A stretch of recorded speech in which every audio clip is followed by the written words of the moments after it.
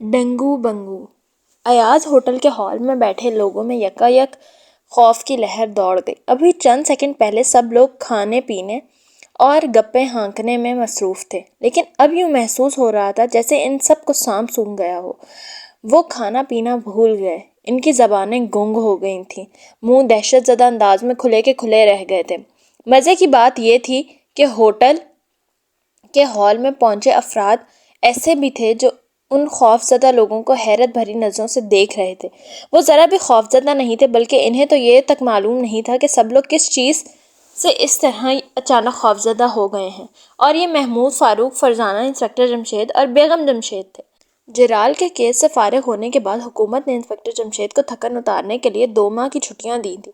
حالانکہ انسپکٹر جمشید نے بار بار کہا تھا کہ وہ ذرا بھی تھکے ہوئے نہیں ہیں، لیکن افسران نہیں مانے اور انہیں 2 ماہ کی چھٹی زبردستی دے دی گئی۔ اب صلاح پہ سنہری کی ان چھٹیوں کو کیسے گزارا جائے؟ گھر میں کر تو چھٹیاں گزارنے کا کیا خاک لطف آتا ہے۔ اتفاق سے ان دنوں اسکول گرمیوں کی چھٹیوں کے سلسلے میں پہلے ہی بند تھے اور شہر میں گرمی زوروں پر پڑ رہی تھی۔ ایسے میں ان کے ذہن میں نصیر پور کا خیال آیا۔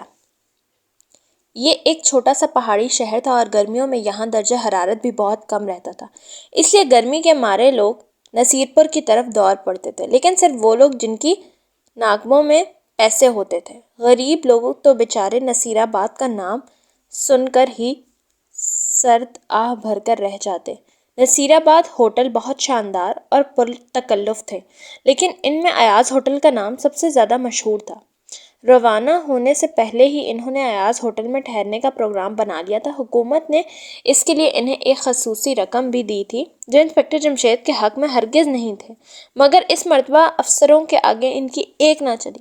افسران کا کہنا تھا کہ انہوں نے جیرال کے ہاتھوں ملک اور قوم کو جتنی بڑی مصیبت سے بچایا ہے، اس کا صلہ پوری قوم مل کر بھی نہیں دے سکتی، بلکہ اس کے ساتھ انہوں نے دوسرے اسلامی ملکوں پر نازل ہونے والی مصیبت سے بھی چھٹکارا دلایا تھا۔ اور ان دنوں حال یہ تھا کہ اسلامی ملکوں کے سربراہ کے شکریہ کے تار انہیں برابر موصول ہو رہے تھے۔ وہ انہیں اپنے اپنے ملک کی سیر کی دعوت بھی دے چکے تھے۔ ہر اسلامی ملک یہ چاہتا تھا کہ وہ ان کے ملک کی سیر کریں۔ تمام اخراجات بھی اس ملک کے ذمہ ہوں گے۔ ابھی تک انہوں نے کسی دوسرے ملک جانے کا فیصلہ نہیں کیا تھا، البتہ وہ نصیر آباد ضرور آ گئے تھے۔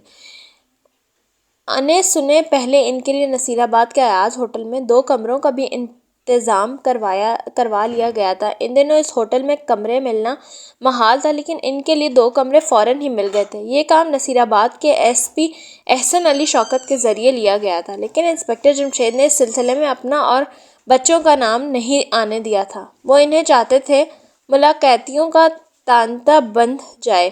ایس پی نصیر آباد کو بھی یہ معلوم نہیں تھا کہ ہوٹل کے 2 کمرے کس کے لیے مخصوص کرائے گئے ہیں۔ ہوٹل والوں کو صرف یہ ہدایت کی گئی تھی کہ پروفیسر کرمانی آ کر کمروں میں رہائش پذیر ہوں گے، اور دوسرے دن پروفیسر کرمانی اپنے بچوں کے ساتھ آ گئے۔ وہ کل شام ہی یہاں پہنچے تھے۔ آج کا ناشتہ انہوں نے اپنے کمرے میں ہی کیا تھا، لیکن دوپہر کا کھانا کھانے کے لیے ہال میں چلے آئے تھے۔ آج شام سے سیر کا پروگرام شروع ہونے والا تھا۔ ان کی میز پر کھانا چن دیا گیا تھا اور وہ کھانے کے دوران ادھر ادھر دیکھ رہے تھے۔ جہاں تک میرا خیال ہے جیرال سمندر میں ڈوب گیا ہوگا، محمود کہہ رہا تھا۔ پہلے یہ بتاؤ تمہارا خیال ہے کہاں تک؟ فاروق نے شریر لہجے میں کہا۔ عجیب احمق ہو، یہی تو بتایا ہے، محمود نے تنگ کر کہا۔ اگر میں عجیب احمق ہوں تو پھر تم غریب احمق ہوگے، کیونکہ عجیب اور غریب کا چولی دامن کا ساتھ ہے۔ اب تم کہو گے یہ چولی دامن کا ساتھ کیا ہوا، تو اس کا جواب بھی سن لو۔ یہ محاورہ ہے، اگرچہ میں جانتا ہوں کہ تمہیں محاوروں سے چڑ ہے، لیکن کیا کیا جائے، گفتگو کے دوران محاورے آ ہی جاتے ہیں، انہیں گفتگو سے نکال کر پھینکا بھی تو نہیں جا سکتا، اور اگر ہم ایسا کریں گے تو گفتگو بے ربط ہو جائے گی، اس کا مطلب ہی سمجھ میں نہیں آئے گا، اور جس چیز کا مطلب ہی سمجھ میں نہ آئے وہ فضول ہوتی ہے۔ ہمیں فضول چیزوں سے ذرا بچ کر ہی رہنا چاہیے۔ فاروق رکے بغیر بولتا چلا گیا۔ توبہ ہے، زبان اس طرح چل رہی ہے جیسے مدتوں کوئی بات کرنے کا موقع نہ ملا ہو، حالانکہ یہ سرے سے ہو ہی نہیں سکتا کہ فاروق کی زبان اور خاموش رہے۔ فرزانہ بولی۔ زبان تو تمہاری بھی کچھ کم نہیں، یہ ہو سکتا ہے کہ میری زبان کے مقابلے میں کمزور ثابت ہو۔ فاروق مسکرایا۔ ہال میں لڑنا نہ شروع کر دینا، بیگم جمشید نے بوکھلا کر کہا اور وہ مسکرا دیے۔ خدا کا شکر ہے، محمود بول اٹھا۔ یہ شکر کس بات کا ادا کیا ہے؟ فرزانہ نے حیران ہو کر کہا۔ یوں تو ہر حال میں خدا کا شکر ادا کرتے رہنا چاہیے، لیکن اس وقت میں نے شکر اس بات پر ادا کیا ہے کہ جیرال کے کیس سے فارغ ہوئے ہمیں کئی دن ہو چکے ہیں، یہاں بھی آج دوسرا دن ہے، لیکن ہم کسی معاملے میں نہیں الجھے۔ کیا یہ کچھ کم شکر کی بات ہے؟ محمود کہتا چلا گیا۔ بات تو واقعی بہت شکر کی ہے۔ انسپکٹر جمشید پہلی مرتبہ ان کے درمیان میں بولے۔ کیا تم نے کبھی نصیر آباد کے شیر شاہ کا نام سنا ہے؟ شیر شاہ؟ جی نہیں تو، فاروق نے بوکھلا کر کہا۔ ویسے نام تو بہت خوفناک قسم کا ہے، فرزانہ کے منہ سے نکلا۔ تمہیں یاد ہوگا کہ نصیر آباد کا نام سب سے پہلے میں نے لیا تھا۔ انسپکٹر جمشید مسکرائے۔ اوہ، تو کیا آپ جان بوجھ کر اس قصبے میں آئے ہیں؟ اور کیا یہاں آنے کا آپ کا کوئی خاص مقصد ہے؟ فرزانہ نے گھبرا کر کہا۔ یہی سمجھ لو۔ ویسے تمہیں فکر مند ہونے کی ضرورت نہیں، تمہاری سیر میں خلل نہیں پڑے گا۔ یہ شیر شاہ کیا بلا ہے؟ نصیر آباد میں آنے والے لوگ اس کے ہاتھ سے محفوظ نہیں رہتے۔ وہ یا تو انہیں اسٹیشن پر ہی لوٹ لیتا ہے یا شہر میں داخل ہونے کے بعد، اور اس وقت بھی اگر موقع نہ ملے تو پھر وہ جہاں جا کر ٹھہرتے ہیں وہیں ان پر ہاتھ صاف کر دیتا ہے، اور اس طرح کوئی بھی اس سے محفوظ نہیں رہتا۔ اور شہر میں رہنے والوں کو وہ کچھ نہیں کہتا، نہیں، صرف سیر کے لیے آنے والوں کو لوٹتا ہے، کیونکہ وہ جانتا ہے کہ سیر کے لیے آنے والوں کے پاس بڑی بڑی رقمیں ہوتی ہیں اور عورتیں زیورات سے لدی پھندی ہوتی ہیں۔ باقی رہی بات اس قصبے کے لوگوں کی، یہاں زیادہ تر لوگ غریب ہیں، لے دے کے یہ چند ہوٹلوں والے دولت مند ہیں، انہوں نے اس سے بچنے کے لیے پہلے ہی انتظام کر رکھا ہے۔ انہوں نے کہا۔ مثلاً کیا انتظام کر رکھا ہے؟ محمود نے حیران ہو کر پوچھا۔ ظاہر میں تو یہ کہ وہ نقدی اپنے پاس نہیں رکھتے، بینک میں جمع کرا دیتے ہیں، لیکن جہاں تک میرا خیال ہے وہ ہر مہینے ایک مقررہ رقم شیر شاہ کو دیتے ہیں۔ اوہ، ضروری یہی بات ہوگی، فرزانہ بڑبڑائی۔ تو کیا ابا جان آپ یہاں شیر شاہ کے لیے آئے ہیں؟ شیر شاہ کے متعلق میں بہت عرصے سے سنتا آ رہا ہوں، سیر کا پروگرام بننے لگا تو میں نے سوچا کیوں نہ نصیر آباد چلا جائے، اس طرح ہو سکتا ہے شیر شاہ کا سامنا ہو جائے اور اس کا کانٹا نکل جائے، اس طرح سیر کے لیے آنے والے لوگوں کو ایک مصیبت سے نجات مل سکتی ہے۔ خیال تو نیک ہے، اور پھر اس کے ساتھ ساتھ چونکہ ہم سیر بھی کرتے رہیں گے اس لیے ہمیں بالکل کوئی اعتراض نہیں ہوگا، فاروق نے کہا۔ زندگی میں پہلی مرتبہ فاروق کے منہ سے ایسی بات سنی ہے، ورنہ جہاں تک کسی کیس کا ذکر چھڑا اور اس کی جان ہوا ہوئی۔ محمود بولا۔ میں نے تو آج تک اس کی جان ہوا ہوتے دیکھی نہیں، فرزانہ مسکرائی، البتہ سٹی گم ہوتے ضرور دیکھی ہے۔ اس وقت صورتحال ذرا مختلف ہے، فاروق نے شریر لہجے میں کہا۔ ابا جان شیر شاہ کو ڈھونڈیں گے اور ہم سیر شاہ کو، یعنی سیر کرتے رہیں گے، اور یہی وہ وقت تھا جب یکلخت سارا ہال خاموش ہو گیا۔ انہیں یہ خاموشی بہت عجیب لگی، چونکہ کر ادھر ادھر دیکھا اور وہ حیران رہ گئے۔ ہال میں موجود سب لوگ خوفزدہ ہو گئے تھے، ان میں سے کچھ ایسے تھے جو آج یا کل آئے تھے، وہ بھی دوسروں کو خوفزدہ دیکھ کر سہم گئے تھے، البتہ ان کی آنکھوں میں حیرت بھی شامل تھی، جبکہ وہ پانچوں صرف حیران تھے، کیونکہ خوفزدہ ہونا تو انہوں نے سیکھا ہی نہیں تھا۔ یہ لوگوں کو کیا سانپ سونگھ گیا ہے؟ محمود کے منہ سے نکلا۔ اس ہوٹل میں سانپ تو خیر آ نہیں سکتا، البتہ یہ ہو سکتا ہے کہ شیر آ گیا ہو، لیکن مجھے یہاں شیر تو کیا، شیر کی آواز بھی سنائی نہیں دی، فاروق نے ادھر ادھر دیکھتے ہوئے بولا۔ تم نے آنکھوں سے سننے کی کوشش کی ہوگی، فرزانہ مسکرائی۔ تو کیا تم کانوں سے دیکھتی ہو؟ فاروق جھلا کر بولا۔ سوائے ہم لوگوں کے اور کوئی نہیں بول رہا ہے، بیگم جمشید نے گویا انہیں ڈانٹا۔ تو کیا امی جان آپ چاہتی ہیں ہم بھی خاموش ہو جائیں؟ دیکھو تو صحیح معاملہ کیا ہے، ہال کے لوگوں کو کیا ہوا ہے؟ جی بہت اچھا، اس نے سعادت مندانہ لہجے میں کہا۔ انہوں نے سب لوگوں کو بغور دیکھا، معلوم ہوا سب لوگ ہال کے دروازے کی طرف دیکھ رہے ہیں۔ انہوں نے بھی دروازے کی طرف دیکھا اور پھر ان کی حیرت کا کوئی ٹھکانہ نہ رہا۔ ہال کے دروازے میں دو ننھے منھے آدمی کھڑے تھے، ان کے قد مشکل سے 4 فٹ رہے ہوں گے، ان کے ہاتھ بھی خالی تھے اور کولہوں پر رکھے ہوئے تھے، ان کے چہروں پر چھوٹی چھوٹی مونچھیں تھیں، آنکھیں بھی بہت چھوٹی تھیں، دونوں کی شکل صورت ملتی جلتی تھی، بہت معمول فرق ہوگا، بس ایک کا رنگ سانولا تھا اور دوسرے کا ذرا گہرا سانولا۔ شکل صورت سے بھی دونوں بدمعاش ٹائپ نہیں لگتے تھے، ان کے چہروں پر ایک شریفانہ مسکراہٹ تھی، کوئی بات بھی تو ایسی نہیں تھی کہ لوگ ان سے خوفزدہ ہوتے۔ انہوں نے سوچا شاید ہال میں موجود لوگ ان سے نہیں کسی اور چیز سے خوفزدہ ہیں۔ ان نے ایک بار بھرپور ہال پر نظر دوڑائی، لیکن سب کے سب خوفزدہ انداز میں انہی دونوں کو دیکھ رہے تھے اور اس وقت انہیں یہ یقین کرنا ہی پڑا کہ لوگ ان کے علاوہ کسی سے خوفزدہ نہیں ہیں۔ اب تو ان کی حیرت کا کوئی ٹھکانہ نہ رہا، کیونکہ ان دنوں سے ڈرنے کی کوئی وجہ نہیں نظر آ رہی تھی۔ ابھی وہ سوچ ہی رہے تھے کہ کیا معاملہ ہے، انہوں نے ان دونوں کو کاؤنٹر کی طرف بڑھتے دیکھا۔ کاؤنٹر والے کے ہاتھ سے شیشے کا ایک جگ فرش پر گرا اور چھنا سے ٹوٹ گیا۔ اس کا پانی فرش پر بہہ گیا اور کرچیاں دور دور تک پھیل گئیں۔ کاؤنٹر کلرک تھر تھر کانپنے لگا، اس کے چہرے پر زلزلے کے آثار طاری ہو گئے۔ رجسٹران میں سے ایک نے کرخت آواز میں کہا، ساتھ ہی اس نے کاؤنٹر پر ہاتھ بھی مارا تھا۔ کاؤنٹر پر رکھے گلاس اچھل پڑے اور ان میں سے کئی نیچے گر کر ٹوٹ گئے۔ کچھ الٹ کر کاؤنٹر پر ہی لڑھکنے لگے۔ وہ ہوٹل کا مالک؟ جی ہاں، کاؤنٹر والا بڑی بری طرح ہکلانے لگا۔ کیا مطلب ہوٹل کا مالک کیا؟ دوسرا دھاڑا۔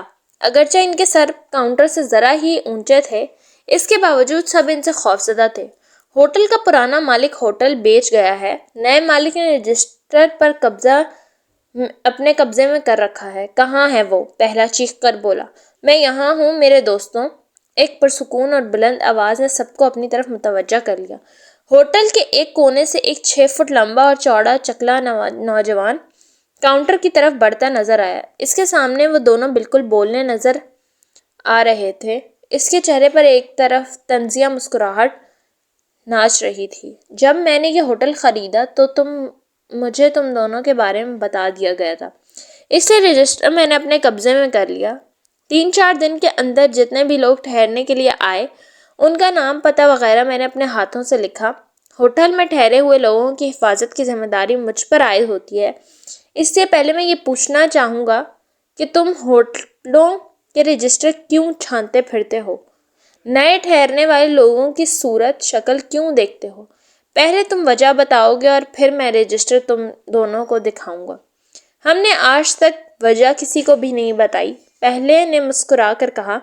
اس کی یہ مسکراہٹ حد درجہ عجیب تھی۔ لوگوں کو پھرپری سی آ گئی۔ اور نہ تمہیں بتائیں گے، دوسرے کے منہ سے نکلا۔ اس صورت میں تمہیں رجسٹر نہیں دکھایا جائے گا۔ رجسٹر تو تم خود اپنے ہاتھوں سے ہمارے سامنے پیش کرو گے۔ تمہاری اطلاع کے لیے عرض کر دوں کہ میں نے تم دونوں کو ہوٹل میں داخل ہوتے دیکھ کر پولیس کو فون کر دیا تھا، وہ آتی ہی ہوگی۔ پولیس؟ یہ کس چڑیا کا نام ہے؟ جب وہ تمہارے ہاتھوں میں ہتھکڑیاں پہنائے گی تو تمہیں معلوم ہو جائے گا کہ کس چڑیا کا نام ہے، ہوٹل کے مالک نے مسکرا کر کہا۔ ہم نے آج تک کبھی ہتھکڑیاں نہیں پہنی، پولیس کو اس کی توفیق نہیں ہوئی۔ ویسے دوست، تمہارا نام کیا ہے؟ پہلے نے پوچھا۔ کیوں میرا نام کیوں پوچھ رہے ہو؟ ہوٹل کے مالک نے مذاق اڑانے والے لہجے میں کہا۔ تم پہلے آدمی ہو جس نے اپنے قصبے میں ہمارے سامنے آنے کی جرات کی ہے۔ تمہارا ذکر ہم ضرور کیا کریں گے، اس لیے نام جاننا ضروری ہے۔ اس سے پہلے تمہیں اپنا نام بتانے ہوں گے۔ کیوں نہیں، مجھے ڈنگو اور میرے بھائی کو بنگو کہتے ہیں۔ ہم دونوں سگے بھائی ہیں، ہم ایک ساتھ جینے اور ایک ساتھ مرنے کے لیے پیدا ہوئے ہیں۔ اور اب تم جلدی سے اپنا نام بتاؤ کیونکہ ابھی ہمیں رجسٹر بھی دیکھنا ہے۔ مجھے ارسلان بیگ کہتے ہیں۔ ہوٹل خریدنا اور بیچنا میرا پیشہ ہے اور ہوٹلوں میں آنے والے غنڈوں سے نمٹنا بھی اچھی طرح جانتا ہوں، مگر ہم غنڈے نہیں ہیں۔ میں نے تم دونوں کے بارے میں بہت کچھ سنا ہے اور میں تم دونوں کی چٹنی بنانے کا ارادہ رکھتا ہوں۔ یقیناً تمہاری چٹنی بہت لذیذ ہوگی، لیکن افسوس تم اسے چکھ نہیں سکو گے۔ ان الفاظ کے ساتھ ہی ڈنگو گویا ہوا میں اڑتا ہوا ارسلان بیگ کے سر سے ٹکرایا۔ ارسلان کے حلق سے ایک چیخ نکلی اور وہ دھڑم سے گر پڑا، جبکہ بنگو پرسکون انداز میں کھڑا مسکرا رہا تھا۔ ارسلان بیگ فرش پر ایسے گرا کہ پھر نہ اٹھ سکا۔ اس کے سر سے بہنے والا خون فرش پر ایک لکیر بناتا ہوا بہنے لگا۔ سب لوگ آنکھیں پھاڑ پھاڑ کر ڈنگو اور بنگو کو دیکھ رہے تھے۔ اٹھو اور رجسٹر اپنے ہاتھوں سے دکھاؤ۔ بنگو دھاڑا۔ اس کی دھاڑ سے ہوٹل کے ہال گونج اٹھا۔ ارسلان بیگ بڑی مشکل سے اٹھا اور گھٹنا گھسیٹتا ہوا اپنی میز کی طرف بڑھنے لگا۔ ادھر اس نے اپنی میز کی دراز میں سے رجسٹر نکالا، ادھر ہوٹل کے دروازے سے پولیس اندر داخل ہوئی، لیکن ان دونوں نے پولیس والوں کی طرف آنکھ اٹھا کر بھی نہیں دیکھا۔ ادھر ارسلان بیگ نے جب پولیس کو دیکھا تو اس کے ہاتھ رک گئے۔ پولیس کے آدمی تیزی سے اندر آیا اور پھر ان دونوں کو دیکھ کر ٹھٹک گئے، ان کی آنکھیں خوف سے پھیل گئی اور انہیں قدموں پر رک گئے۔ تمہارا ہاتھ کیوں گیا ارسلان بیگ؟ پولیس کے یہ ٹٹو ہمیں گرفتار کرنے کا خیال تک بھی دل میں نہیں لائیں گے۔ اگر فون پر تم نے انہیں ہمارے نام بتا دیے ہوتے تو یہ یہاں تک آنے کی زحمت ہی گوارا نہ کرتے۔ خیر اب آ ہی گئے ہیں تو بھی تمہارے کسی کام نہیں آ سکیں گے۔ دیکھ لو وہ وہیں رک گئے ہیں جہاں انہوں نے ہمیں دیکھا تھا۔ اور یہ بھی بتا دوں کہ اس وقت تم زندہ صرف اس لیے ہو کہ ہم نے یہ کہہ دیا تھا کہ تم رجسٹر اپنے ہاتھوں سے ہمیں دکھاؤ گے۔ اگر ہم نے یہ نہ کہا ہوتا تو اس وقت یہاں تمہاری لاش اٹھانے والا بھی کوئی آدمی نہ ہوتا۔ اب رجسٹر ادھر کرو۔ اور ہوٹل کے مالک ارسلان بیگ نے تھر تھر کانپتے ہاتھوں کے ساتھ رجسٹر کے آگے رکھ دیا۔ وہ نئے آنے والوں کے نام اور پتے نوٹ کرنے لگے۔ اس وقت محمود، فاروق اور فرزانہ نے دیکھا پولیس کے آدمی کھسکتے ہوئے دروازے کی طرف جا رہے تھے۔ یہ معاملہ ان کی سمجھ میں نہیں آیا تھا۔ پھر انہوں نے دیکھا ڈنگو اوپر جا رہا تھا اور بنگو نیچے ہی کھڑا ہال میں موجود لوگوں کو غور سے دیکھ رہا تھا۔ اس وقت انسپکٹر جمشید بولے، میرا خیال ہے ہمیں اوپر چلنا چاہیے۔ جی وہ کیوں؟ محمود چونک کر بولا۔ اس لیے کہ وہ تمام نئے آنے والے منصوبوں سے ملیں گے، ان سے کچھ سوالات کریں گے اور اگر نئے آنے والے ہال میں موجود ہوں گے تو پھر ہال میں ہی پوچھ گچھ کریں گے۔ میں نہیں چاہتا کہ ہال میں ہی یہ ہماری طرف آئیں۔ یہ کہتے ہوئے وہ اٹھ کھڑے ہوئے۔ جب وہ زینے کا رخ کر رہے تھے تو بنگو نے انہیں تیز نظروں سے گھور رہا تھا، جیسے آنکھوں ہی آنکھوں میں انہیں کھا جانا چاہتا ہو۔ اسی وقت انہوں نے اوپر سے ڈنگو کو آتے دیکھا۔ اس کے ہاتھ میں ایک کاغذ تھا، وہ اس کاغذ کی طرف دیکھتا ہوا نیچے اتر رہا تھا۔ فرار کا رستہ۔ اس نے نیچے آ کر کاغذ بنگو کو دیا اور بولا، یہ لوگ نیچے موجود ہیں، انہیں اوپر پہنچانے کے لیے کہہ دو۔ اچھی بات ہے، بنگو نے کہا اور کاغذ پر لکھنے نام پڑھنے لگا۔ ان لوگوں میں پروفیسر کرمانی کا نام بھی شامل تھا۔ جتنے لوگوں کے نام لیے گئے وہ فوراً اٹھ کھڑے ہوئے اور سیڑھیاں چڑھ کر اوپر جانے لگے۔ تمہارا کیا نام ہے؟ ڈنگو نے انسپکٹر جمشید سے پوچھا، کیونکہ اس وقت تک وہ اس کے نزدیک پہنچ چکا تھا۔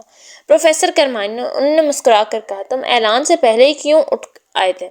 ہم لوگ یہاں کل ہی آئے ہیں۔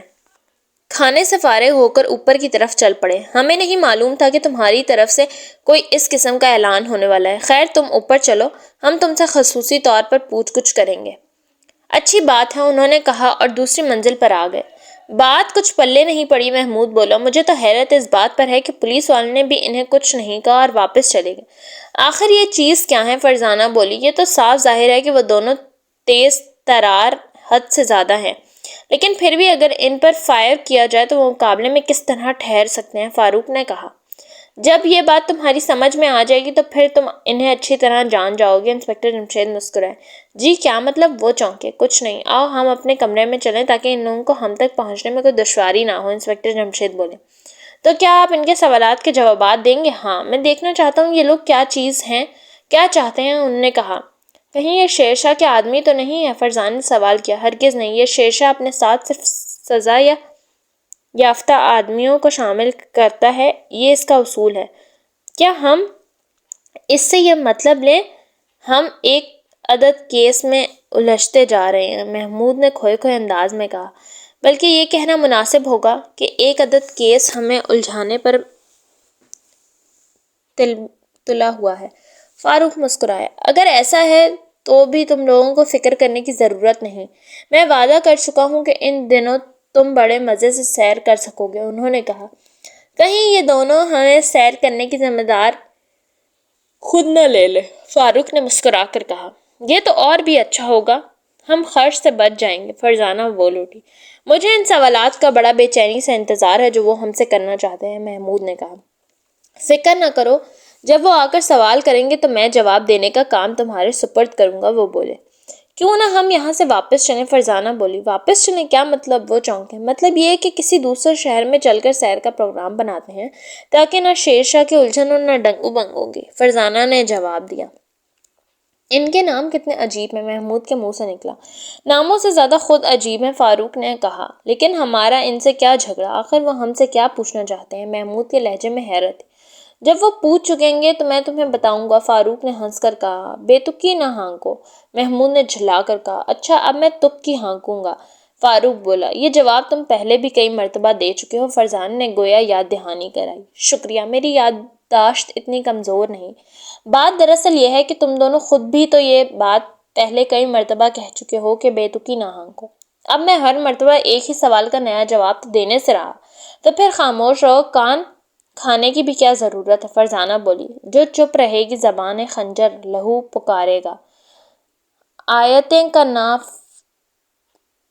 فاروق گنگنایا۔ پہلے آستین پر لہو لگا لو، محمود نے جلا کر کہا۔ جو ہی کسی کا نکلے گا میں اسے آستین پر لگاؤں گا۔ فاروق مسکرایا۔ لا حول ولا قوت، کسی کا خون کس طرح پکارے گا؟ تمہاری آستین پر تو خود تمہارا خون ہونا چاہیے۔ کیا الٹی سیدھی لے بیٹھے ہو؟ کوئی کام کی بات کرو، بیگم جمشید نے اکتا کر کہا۔ بہت بہتر امی جان، کام کی بات یہ ہے کہ آج شام ہم نصیر آباد کی پہاڑیوں کی سیر ضرور کریں گے، فرزانہ نے کہا۔ ہم ان سے ذرا بھی خوفزدہ نہیں ہیں، لیکن مجھے تو وہ بہت خطرناک دکھائی دیے ہیں۔ ان توبہ اپنی سے 2 گنا ڈبل ڈول کے آدمی کو اس نے صرف ایک ٹکر مار کر چت کر دیا تھا۔ سچ بات تو یہ ہے کہ اس طرح اچھلنا ہمارے بس کا روگ بھی نہیں ہے، محمود نے کہا۔ ظاہر ہے تم اچھل بھی کیسے سکتے ہو؟ انسپکٹر جمشید مسکرائے۔ کیا مطلب؟ آپ کا یہ جملہ کہنے کا مطلب تو یہ ہے کہ آپ اس کی وجہ جانتے ہیں وہ کس طرح اچھل سکتا ہے؟ ہاں۔ میں ان کے الفاظ درمیان میں رہ گئے۔ اس وقت ان کے کمرے کا دروازہ زوردار انداز میں کھلا تھا۔ انہوں نے دیکھا ڈنگو بنگو اندر داخل ہو رہے تھے۔ ہمارا نام ڈنگو اور بنگو ہے، ہم دونوں سگے بھائی ہیں، ہم شہر میں بھی جاتے ہیں، وہاں کے لوگ ہمیں دیکھتے ہی تھر تھر کانپنے لگتے ہیں۔ یہاں ہمیں آئے ہوئے صرف 15 دن ہوئے ہیں، لیکن سارے قصبے کے لوگ ہمیں اچھی طرح جان گئے ہیں۔ تم ابھی کل آئے ہو، لیکن ابھی چند لمحوں کے بعد اچھی طرح واقف ہو جاؤ گے۔ پہلے صرف اتنا بتاؤ کہ رہنے والے کہاں کے ہو۔ جب تک تم دونوں اصل مقصد نہیں بتاؤ گے ہم تمہارے کسی سوال کا جواب نہیں دیں گے، کیونکہ ہم تو تمہیں جان بھی چکے ہیں لیکن تم ہمیں قطعاً نہیں جانتے۔ انسپکٹر جمشید مسکرائے۔ وہ انہیں دیکھ کر اٹھے نہیں تھے، سب اپنی اپنی جگہ بیٹھے رہے تھے۔ ہمیں کسی کو جاننے کی ضرورت نہیں، ڈنگو نے کہا۔ تو پھر یہ کیوں پوچھا ہے کہ ہم کہاں کے رہنے والے ہیں؟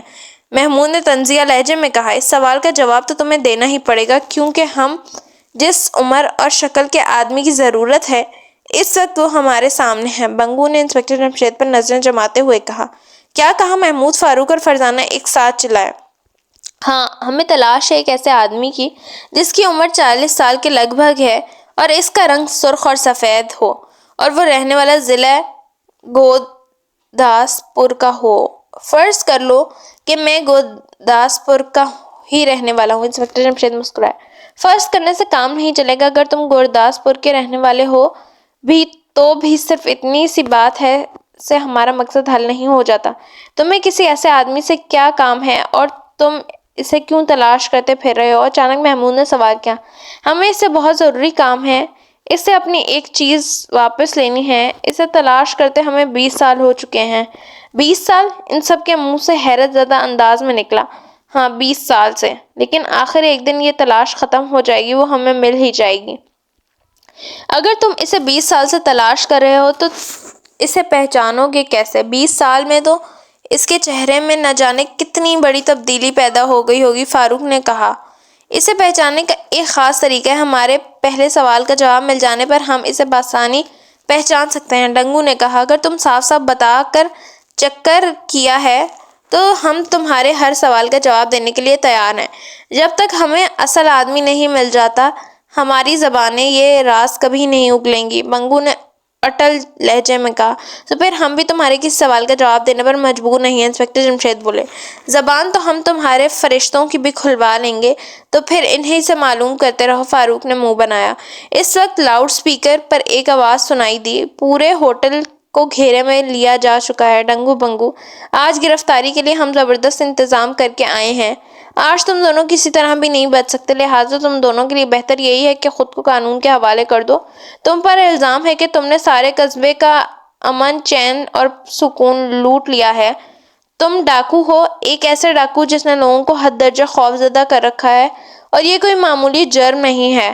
ہم تمہیں حکم دیتے ہیں کہ دونوں ہاتھ اوپر اٹھا کر نیچے اتر آؤ اور ہال سے ہوتے ہوئے باہر نکل آؤ اس صورت میں تمہارے ساتھ بہت نرم سلوک کیا جائے گا۔ لاؤڈ سپیکر پر اعلان ختم ہوا تو ان دونوں نے برا سا منہ بنایا۔ پھر ڈنگو بولا، یہ ایس پی کا بچہ پھر آ گیا ہمارے راستے میں۔ ہم نے اسے کئی مرتبہ خبردار کیا ہے کہ ہمارے راستے میں آنے کی کوشش نہ کرے۔ ہم قانون سے ٹکرانے کا کوئی ارادہ نہیں رکھتے، لیکن یہ شخص سنتا ہی نہیں۔ اب اس وقت بھی یہ 100 آدمیوں سے تو کیا کم اپنے ساتھ لے کر آیا ہوگا، حالانکہ یہ ہماری گرد کو بھی نہیں پہنچ سکتا، ہمارے فرشتوں کو بھی گرفتار نہیں کر سکتا۔ آؤ ڈنگو اس وقت چلتے ہیں، کسی وقت پھر اس کمرے سے اپنا کام دوبارہ شروع کر دیں گے۔ ابھی میں ان لوگوں کی طرف سے بھی مطمئن نہیں ہوا۔ ٹھیک ہے، کل دیکھ لیں گے انہیں بھی، ڈنگو بولا۔ ارے مگر تم دونوں فرار کس طرح ہوگے؟ پولیس تو ہوٹل کو گھیرے میں لے چکی ہے، فرزانہ نے گویا انہیں خبردار کیا۔ ایسے گھیرے تو آئے دن ہمارے مقدر بنتے رہتے ہیں، ڈنگو نے لاپرواہی سے کہا۔ بہتر ہے تم خود کو گرفتار کے لیے پیش کر دو۔ لا حول ولا قوت، گرفتاری کی نوبت تو ہمارے مرنے کے بعد ہی آئے گی۔ جس روز ہمارے ہاتھوں میں ہتھکڑیاں ڈالی گئیں وہ ہماری زندگی کا آخری دن ہوگا۔ اس وقت لاؤڈ سپیکر پر دوبارہ آواز سنائی دی اور دونوں تیز تیز قدم اٹھاتے کمرے سے نکل گئے، وہ بھی ان کے پیچھے لپکے۔ انہوں نے دیکھا وہ نیچے اترنے کے بجائے اوپر چڑھ رہے تھے۔ وہ حیران رہ گئے کیونکہ ان کے خیال کے مطابق اوپر جانے کی صورت میں تو ان کے بچنے کا کوئی امکان ہی نہیں تھا۔ کیا ان دونوں کا دماغ الٹ گیا ہے؟ محمود نے کہا۔ نہیں، انہوں نے فرار کا کوئی طریقہ ضرور سوچ رکھا ہے، فرزانہ ان کی طرف دیکھتے ہوئے بولی۔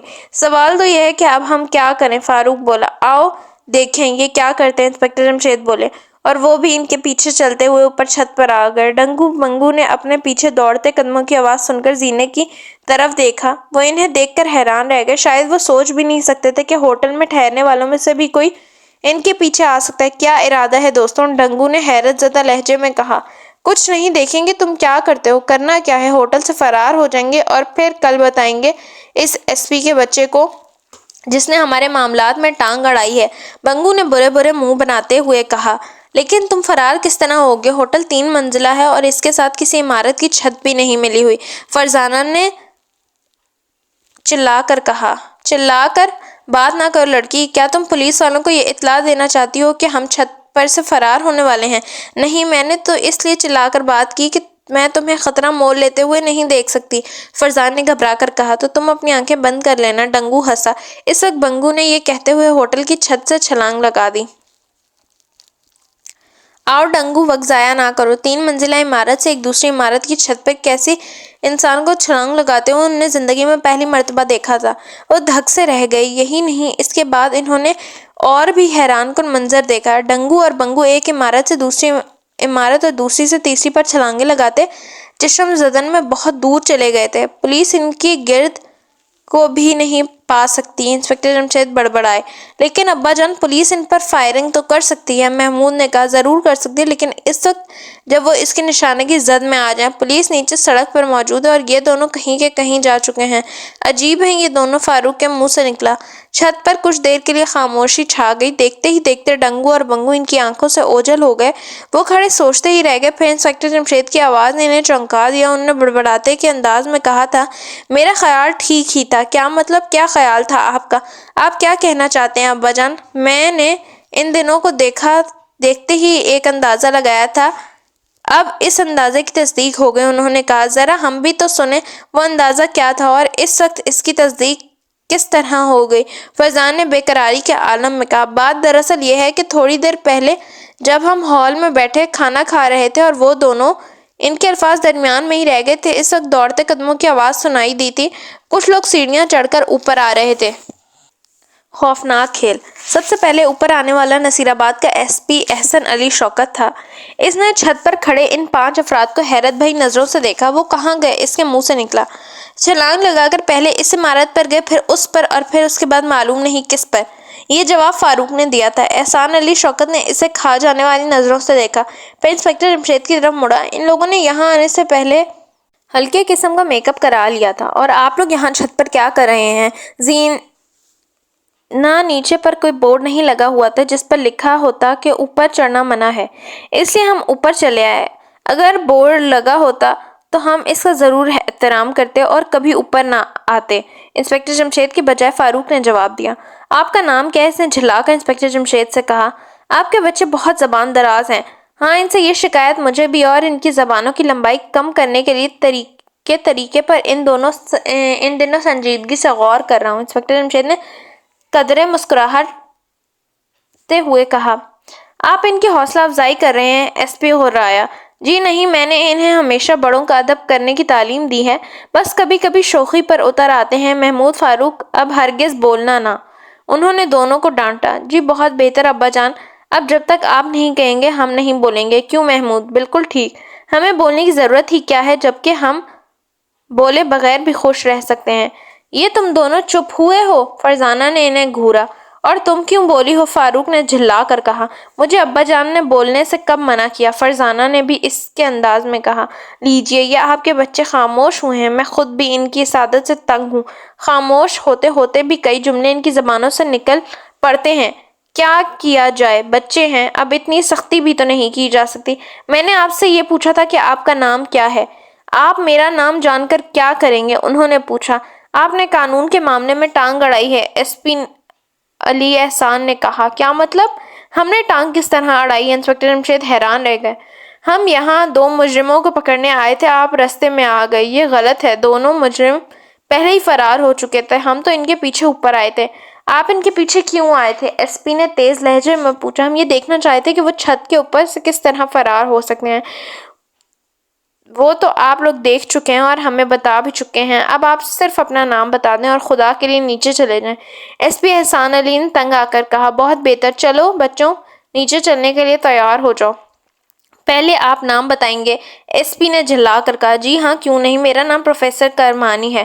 پروفیسر کرمانی؟ ایس پی نے کچھ حیران ہو کر کہا، پھر مارے حیرت کے اچھل پڑا اور بولا، آپ نے کیا نام بتایا؟ پروفیسر کرمانی۔ ہاں، یہی نام بتایا ہے، یہ اتنا خوفناک نام تو نہیں ہے۔ انسپکٹر جمشید مسکرائے۔ آپ دارالحکومت سے آئے ہیں نا؟ میں نے ہی آپ کے لیے اس ہوٹل میں کمرے مخصوص کرائے تھے۔ کرائے ہوں گے، انسپکٹر جمشید نے بے نیازی سے کہا اور زینے کی طرف مڑ گئے۔ سنیے، ایس پی ان کی طرف جھپٹا اور راستے میں آ گیا۔ افسران بالا نے آپ کے لیے کمرے بک کرانے کی ہدایت مجھے دی تھی۔ آپ ضرور کوئی اہم آدمی ہیں، کیا آپ مجھے بتائیں گے کہ آپ کا کیا عہدہ ہے؟ میں کوئی اہم آدمی نہیں ہوں، کسی نے یوں ہی لحاظ میں میرے لیے آپ سے کہہ دیا ہوگا۔ آپ اپنا کام کریں، دونوں مجرم کہیں ورنہ دور نہ نکل جائیں۔ اوہ، آپ ٹھیک کہتے ہیں، ایس پی نے کہا اور اپنے آدمیوں کی طرف مڑ گیا۔ انسپکٹر جمشید اور دوسرے نیچے اترتے چلے گئے۔ اپنے کمرے میں آ کر انہوں نے کہا، یار میں تم تینوں سے تنگ آ گیا ہوں۔ جی ہم نے کیا کیا ہے؟ الٹی سیدھی کیوں شروع کر دی تھی؟ انہوں نے جھلا کر کہا۔ پتہ نہیں بعض اوقات کیا ہو جاتا ہے، ہماری زبانیں خود بخود پھسلنے لگتی ہیں۔ فاروق بولا۔ کسی دن خود نہ پھسل جانا، اگر کوئی ایسا دن آیا تو ہم جانتے ہیں آپ سنبھال لیں گے۔ تنگ نہ کرو بھائی، میں ان دنوں کے بارے میں سوچ رہا ہوں۔ ارے ہاں، آج شام سے تو ہم سیر کا پروگرام شروع کر رہے ہیں، کیوں نہ آج ہم سرکس دیکھیں؟ اس شہر میں ان دنوں ایک بہت اچھی سرکس بھی تو لگی ہوئی ہے۔ جی سرکس؟ ان کے منہ سے مارے حیرت کے نکلا، کیونکہ انسپکٹر جمشید کو ایسی چیزوں سے بالکل دلچسپی نہیں تھی اور آج سے پہلے انہیں بھی کبھی سرکس دکھانے کا پروگرام نہیں بنایا تھا۔ ہاں سرکس، انہوں نے کہا اور عجیب انداز سے مسکرانے لگے۔ ٹامی سرکس پہاڑیوں کے درمیان لگائی گئی تھی۔ دائیں طرف شو کا ہال تھا اور بائیں طرف سرکس میں کام کرنے والے لوگوں کے خیمے تھے، اور ان خیموں کے ساتھ ہی سرکس کے جانوروں کے لیے جگہ بنائی گئی تھی، جن میں شیر، ہاتھی، گھوڑے اور کتے وغیرہ شامل تھے۔ شیروں کو پنجرے میں بند کیا جاتا تھا اور صرف ان کا کھیل دکھانے کے وقت پنجروں سے نکالا جاتا تھا۔ دن میں صرف ایک شو دکھایا جاتا تھا۔ سرکس کے تمام کھیل بہت مقبول تھے، ان کے لیے رش بہت ہوتا، سیر کے لیے آنے والوں بھی سرکس دیکھنے ضرور آتے۔ آج بھی ہال کچا کچ بھرا ہوا تھا، چاروں طرف کرسیاں لگائی گئی تھیں اور درمیان میں کام کرنے والوں کے لیے دائرے کی صورت میں بہت کھلی سی جگہ تھی۔ درمیان میں ہال جتنا ہوا تھا اور ادھر ادھر جھولے ٹنگے ہوئے تھے۔ انسپکٹر جمشید نے شاید ہوٹل سے اتنا سرکس کے مینیجر کو فون کر دیا تھا ورنہ انہیں جگہ نہ ملتی۔ سرکس کے مینیجر کا نام ٹامی تھا، وہ ایک انگریز تھا اور اس کی ساری عمر سرکس چلاتے ہی گزر گئی تھی۔ وہ کھیل شروع ہونے سے چند منٹ پہلے ہی پہنچ گئے تھے۔ پورے ہال میں ایک شور مچا تھا، کنپڑی آواز سنائی نہیں دے رہی تھی، لیکن جو ہی پہلا کھیل شروع کیا گیا ہال میں خاموشی چھا گئی۔ پہلا کھیل یہ تھا کہ 10 آدمی ایک پہیے والی سائیکلوں کو چلاتے ہوئے رنگ کے اندر داخل ہوئے تھے۔ انہوں نے پورے ہال کا ایک چکر لگایا، پھر کھڑے ہو کر اور لیٹ کر سائیکل چلا۔ سارے ہال تالیوں سے گونج اٹھا۔ اس کے بعد رنگ ماسٹر ہال میں داخل ہوا۔ اس کے ہاتھ میں ایک کوڑا تھا۔ اس کا قد چھوٹا سا تھا۔ گرمیوں کے موسم میں بھی اس نے گرم کوٹ پہن رکھا تھا۔ اس کا ایک ہاتھ کوٹ کی جیب میں تھا اور دوسرے سے وہ کوڑا لہرا رہا تھا۔ اس کے پیچھے 2 شیر اندر داخل ہوئے۔ شیروں کو دیکھ کر تماشائی سہم گئے۔ شیروں نے ایک زوردار دھاڑ ماری اور پھر رنگ ماسٹر کے آگے آگے چلنے لگے۔ پھر رنگ ماسٹر میں سے ایک کی کمر پر سوار ہو گیا اور رنگ کا ایک چکر لگایا۔ اس کے بعد اس نے ایک ٹانگ ایک شیر پر اور دوسری دوسرے شیر پر رکھی اور اس طرح ایک وقت میں 2 شیروں پر سواری کر کے دکھائی۔ اس دوران اس کا بایاں ہاتھ بدستور کوٹ کی جیب میں رہا۔ وہ ذرا سی دیر کے لیے بھی باہر نہ نکلا۔ 2 شیر پر ایک آدمی کا ایک وقت میں سواری کرنا لوگوں کے لیے حیران کن تھا۔ لوگ آنکھیں پھاڑے اس کھیل کو دیکھ رہے تھے۔ کسی وقت بھی شیر کو غصہ آ سکتا تھا اور وہ رنگ ماسٹر کو چیر پھاڑ کر پھینک سکتا تھا، لیکن ایسا نہیں ہوا۔ یہ کھیل بخیر و خوبی ختم ہو گیا۔ اس کے بعد رنگ ماسٹر ہاتھیوں کو اندر لایا اور انہوں نے اپنی سونڈوں کے ذریعے تماشائیوں کو سلام کیا۔ تماشائی بہت خوش ہوئے، لیکن ابھی سب سے خطرناک کھیل باقی تھا اور سرکس والوں کو اعلان تھا کہ وہ سب سے آخر میں دکھایا جائے گا۔ ہاتھی کے بعد چھوٹے چھوٹے قدم والے 3-4 آدمی اچھلتے کودتے اندر آئے۔ یہ مسخرے تھے۔ انہوں نے وہ اچھل کود مچائی اور بے ڈھنگی حرکتیں کی کہ لوگوں کو ہنس ہنس کر برا حال ہو گیا۔ انسپکٹر جمشید سرکس کے کھیلوں کو بہت غور سے دیکھے رہے تھے اور ان کی ماہیت محمود، فاروق اور فرزانہ کو حیرت میں ڈال رہی تھی۔ اس طرح مختلف کھیل پیش کیے گئے اور تقریباً 28 گھنٹے گزر گئے۔ آخری اور سب سے خطرناک کھیل کی باری آئی۔ یوں تو اس قسم کے کھیل لوگ بہت مرتبہ دیکھ چکے تھے، لیکن اس میں خوفناک حد تک دلچسپی تھی۔ کھیل کچھ اس طرح شروع ہوا۔ رنگ ماسٹر نے چاروں طرف بندھے رستوں کو قریب آ کر کہا، تماشائیوں میں سے کوئی صاحب 2 منٹ کے لیے اندر آ جائیں۔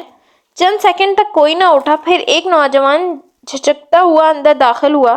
رنگ ماسٹر نے ہاتھ میں پکڑی ربڑ کی ایک پٹی لہراتے ہوئے کہا، میں یہ پٹی نوجوان کی آنکھوں پر باندھوں گا۔ آپ لوگ ان سے پوچھ سکتے ہیں کہ پٹی میں سے کچھ دکھائی تو نہیں دیتا؟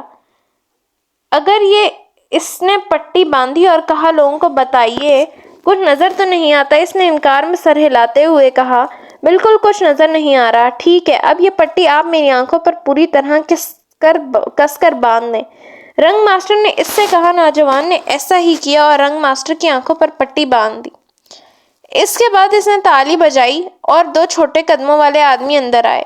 یہ بونے دکھائی دیتے تھے۔ ان کے قد مشکل سے 4-4 فٹ کے تھے۔ ان کے چہروں پر رنگ لگے ہوئے تھے۔ سفید، نیلی اور کالی داڑھی سی بنی ہوئی تھی۔ ان کے ہاتھوں میں بھی ربڑ کی ویسی ہی پٹیاں تھیں۔ انہوں نے نوجوان کی طرف دونوں پٹیاں بڑھا دیں، ان کی آنکھوں پر بھی باندھ دی۔ رنگ ماسٹر نے کہا اور نوجوان نے ایسا ہی کیا۔ آپ نے اچھی طرح اطمینان کر لیا ہے نا؟ ہم میں سے کسی کو کچھ نظر تو نہیں آ سکتا؟ نہیں، بالکل کچھ نہیں نظر آ سکتا۔ بہت بہت شکریہ۔ اب آپ اپنی سیٹ پر تشریف لے جائیں۔ نوجوان رنگ سے نکل کر اپنی سیٹ پر بیٹھ گیا۔ حاضرین، یہ دونوں نوجوان ہر 10 سیکنڈ بعد تالی بجائیں گے۔ میں تالی کی آواز پر خنجر ان پر پھینک کر ماروں گا۔ پٹی کی وجہ سے میں دیکھ نہیں سکتا اور نہ یہ دیکھ سکتے ہیں، لہٰذا میں اپنی طرف سے انہیں بچانے کی کوئی کوشش نہیں کر سکتا۔ بچنا ان کا کام ہے۔ تالی کی آواز کے ساتھ ہی خنجر ان کی طرف تیر کی طرح جائے گا اور آپ دیکھیں گے کہ بالکل نشانے پر بیٹھے گا، لیکن یہ ان دونوں کی پھرتی ہوگی جو ان خنجروں سے انہیں بچائے گی۔ خنجر میری کمر کے گرد بندھی پٹی میں سے اڑتے ہوئے ہیں۔ یہ کہہ کر اس نے دائیں ہاتھ سے اپنے کوٹ کا بٹن کھول دیے اور لوگوں کو خنجر والی پٹی صرف نظر آنے لگی۔ ان سے پہلا خنجر نکال کر ہوا میں لہرایا۔ خنجر کی چمک تماشائیوں کی آنکھوں میں لہر کے رہ گئی۔ اگر کسی کو یہ شک ہوا کہ خنجر نکلی تو نہیں ہے، وہ اندر آ کر خنجروں کا جائزہ لے سکتا ہے۔ رنگ ماسٹر نے کہا۔ ٹھیک ہے، میں چیک کرنا چاہتا ہوں، ایک ادھیڑ عمر آدمی نے اپنی جگہ سے اٹھتے ہوئے کہا۔ ضرور ضرور، رنگ ماسٹر بولا، اور اس آدمی نے خنجر دیکھنے کے بعد اس بات کی تصدیق کر دی کہ وہ بالکل اصلی تھے اور نہایت تیز بھی۔ اب کھیل شروع ہوا۔ تمام لوگ محبوط ہو کر اس کھیل کو دیکھنے کے لیے تیار ہو گئے۔ ان کے دل دھک دھک کرنے لگے، کانوں میں دور کہیں ڈھول بجنے لگا۔ اتنا جان لیوا کھیل انہوں نے کبھی نہیں دیکھا تھا، اور سچ تو یہ ہے کہ ٹامی سرکش مشہور بھی اس کھیل کی وجہ سے تھا۔ یہ تقریباً 25 سال سے جاری تھا اور نہ جانے کتنی دولت کما چکا تھا۔ ٹامی کے پاس دولت کا کوئی شمار نہیں تھا۔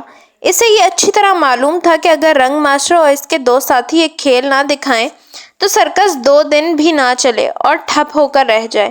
یہی وجہ تھی کہ وہ رنگ ماسٹر اور ان دونوں چھوٹے قد والوں کی بڑی عزت کرتا تھا اور انہیں تنخواہ بھی بے شمار دیتا تھا۔ وہ بھی مدتوں سے یہ کھیل دیکھا رہے تھے، ذرا چوک ہو جانے پر جان جا سکتی تھی۔ اس کے باوجود سرکس اور اس کے مینیجر کے لیے سب کچھ کرنے کے لیے تیار تھے۔ ٹامی بھی ان پر جان چھڑکتا تھا۔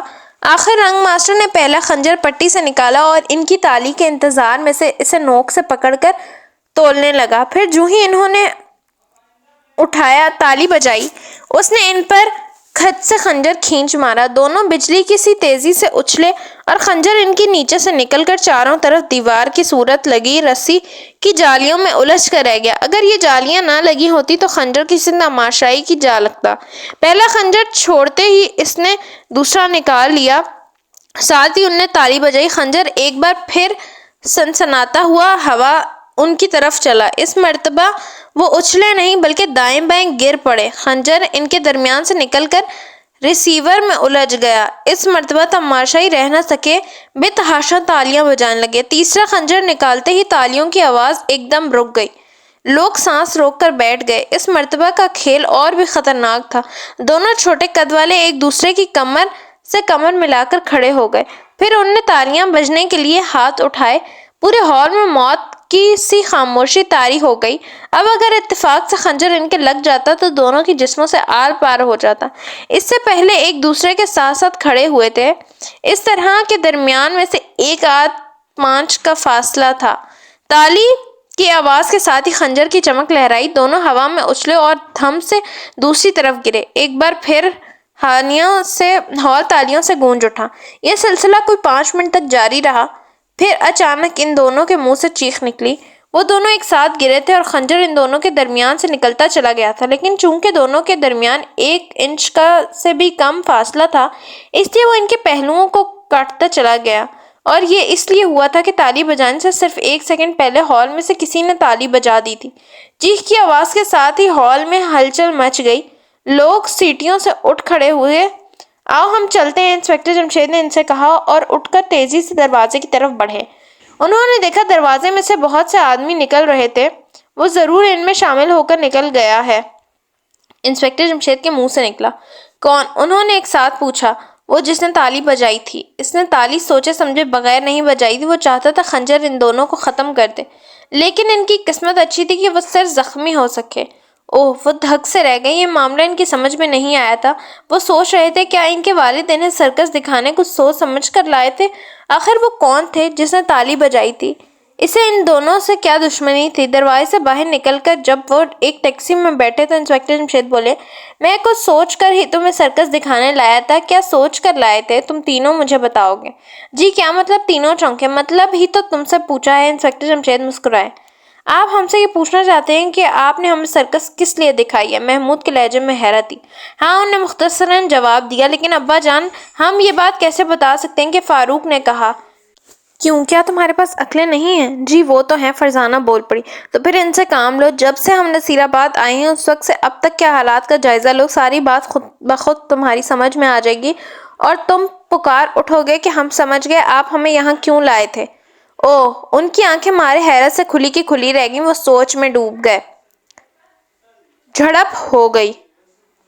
وہ کتنی ہی دیر اس طرح سوچ میں گم رہے، یہاں تک کہ ٹیکسی ایاز ہوٹل کے سامنے رک گئی اور انہیں پتہ بھی نہ چلا۔ اترو بھائی، کیا سو گئے؟ میں نے سوچنے کے لیے اور عقل استعمال کرنے کے لیے کہا تھا، نہ کہ سونے کے لیے، انسپکٹر جمشید نے مسکرا کر کہا۔ وہ چونک اٹھے۔ ٹیکسی سے اتر کرو، اپنے کمرے میں آئے۔ سچ بات تو یہ ہے ابا جان کہ ابھی تک میرے پلے تو کچھ نہیں پڑا، فاروق نے کہا۔ تمہارے پلے آج تک کچھ بھی نہیں پڑا، فرزانہ بولی۔ ہاں بہت کچھ پڑا ہے، کم از کم میں اتنا ضرور کہہ سکتا ہوں کہ ہوٹل میں جو کچھ ہم نے دیکھا تھا اس کا تعلق سرکس کے واقعے سے ضرور ہے۔ کیا تعلق ہے یہ بھی نہیں کہہ سکتے، یہ تو وہ بھی سمجھ سکتا ہے جس کے پاس ایک ماشا عقل ہے۔ محمود نے منہ بنایا۔ تو کیا عقلیں اللہ تعالیٰ نے تول کر تقسیم کی ہیں؟ فاروق کے لہجے میں حیرت تھی۔ مذاق چھوڑو، اس وقت سنجیدگی سے غور کرنے کی ضرورت ہے، فرزانہ نے جلدی سے کہا۔ اگر تم کچھ سمجھ گئی ہو تو ہم سننے کے لیے تیار ہیں، فاروق بولا۔ ہاں میں کچھ سمجھ گئی ہوں، فرزانہ مسکرائی۔ اس کا مطلب ہے ابھی کچھ سمجھ میں نہیں آیا، فاروق نے کہا۔ ہاں یہ بھی ٹھیک ہے، چلو خیر جتنا کچھ سمجھ گئی ہو بتا دو، باقی محمود بتا دے گا، فاروق نے خوش ہو کر کہا۔ اور تم کیا کرو گے؟ فرزانہ نے جھل کر کہا۔ میں غور سے ہنسوں گا اور فخر محسوس کروں گا کہ اللہ تعالیٰ نے مجھے کتنے عقل مند بہن بھائی دیے ہیں، کاش اللہ تعالیٰ نے ہمیں بھی عقل مند بھائی دیا ہوتا، محمود نے طنزیہ انداز میں آہ بھر کر کہا۔ تو کیا میں بے وقوف ہوں؟ فاروق نے پھاڑ کھانے والے لہجے میں کہا۔ یہ ہم نے کب کہا؟ محمود مسکرایا۔ خیر کوئی بات نہیں، سمجھ لوں گا تم سے۔ کیا سمجھ لو گے یہ بھی بتا دو تاکہ ہم سمجھانے کی تیاری کریں۔ میرا خیال ہے تم تین فضول کی بحث میں الجھ گئے ہو، انسپکٹر جمشید نے کہا۔ یہ فضول کی بحث میں الجھتے کب نہیں، بیگم جمشید نے برا سا منہ بنا کر کہا۔ ہاں تو فرزانہ تم کیا سمجھ گئی؟ ابا جان آج دوپہر کے وقت ڈنگو منگو ہوٹل کے ہال میں داخل ہوئے تھے، ہم نے ان کے نام اپنی آنکھوں سے دیکھے تھے، چھت پر چڑھ کر بھی دیکھا کہ کس طرح انہوں نے ایک عمارت سے دوسری عمارت پر چھلانگیں لگائیں۔ اب میں یہ کہنا چاہتی ہوں کہ سرکس نے جن دو چھوٹے قد والے آدمیوں کو اپنے خنجر سے بچتے دیکھا وہ ڈنگو اور منگو ہی تھے۔ کیا؟ محمود، فاروق اور بیگم جمشید ایک ساتھ چلائے۔ ہاں، آج رنگ میں خنجر مارتا تھا، جب رنگ میں خنجر مارتا تھا تو وہ بالکل اسی طرح اچھلتے تھے جس طرح ان میں سے ایک نے اچھل کر ہوٹل کے مالک ارسلان بیگ کو ٹکر ماری تھی۔ ان کے قد بھی بالکل اتنے ہی تھے اور اگر اس وقت ان کے چہروں پر رنگیں دھاریں نہ ہوتی تو ہم فوراً ہی انہیں پہچان لیتے۔ بہت خوب فرزانہ، تم نے کمال کر دیا۔ دراصل ہوٹل میں ان دونوں کو دیکھ کر ہی میں سمجھ گیا تھا کہ یہ دونوں ضرور کسی سرکس میں کام کرتے ہیں۔ ساتھ ہی مجھے یاد آیا کہ اسٹیشن سے ہوٹل کی طرف آتے ہوئے میں نے سرکس کے بورڈ جگہ جگہ لٹکے ہوئے تھے، بس میں نے اسی وقت فیصلہ کر لیا سرکس دیکھیں گے، اور اب اس بات کا کوئی شک نہیں رہ گیا کہ وہ دونوں ڈنگو اور منگو ہی تھے، بلکہ اب تو میں یہ بھی کہہ سکتا ہوں کہ جس نے آج ہال میں تالی بجائی وہ شہر میں اسی کو تلاش کرتے پھر رہے ہیں۔ اوہ، حیرت زدہ رہ گئے۔ اب ہمیں دو کام کرنے ہیں، پہلے تو ایس پی نصیر آباد کو ان دونوں سے بچانا ہے اور اس کے بعد سرکس کے مالک سے جا کر ملنا ہے۔ میں اس سے چند سوال کروں گا، لیکن وہ آپ کے سوال کے جواب کیوں دینے لگا؟ ظاہر ہے کہ آپ سرکاری حیثیت میں نہیں جائیں گے، یوں بھی آپ ان دنوں چھٹی پر ہیں اور میک اپ میں بھی ہیں، محمود نے اعتراض کیا۔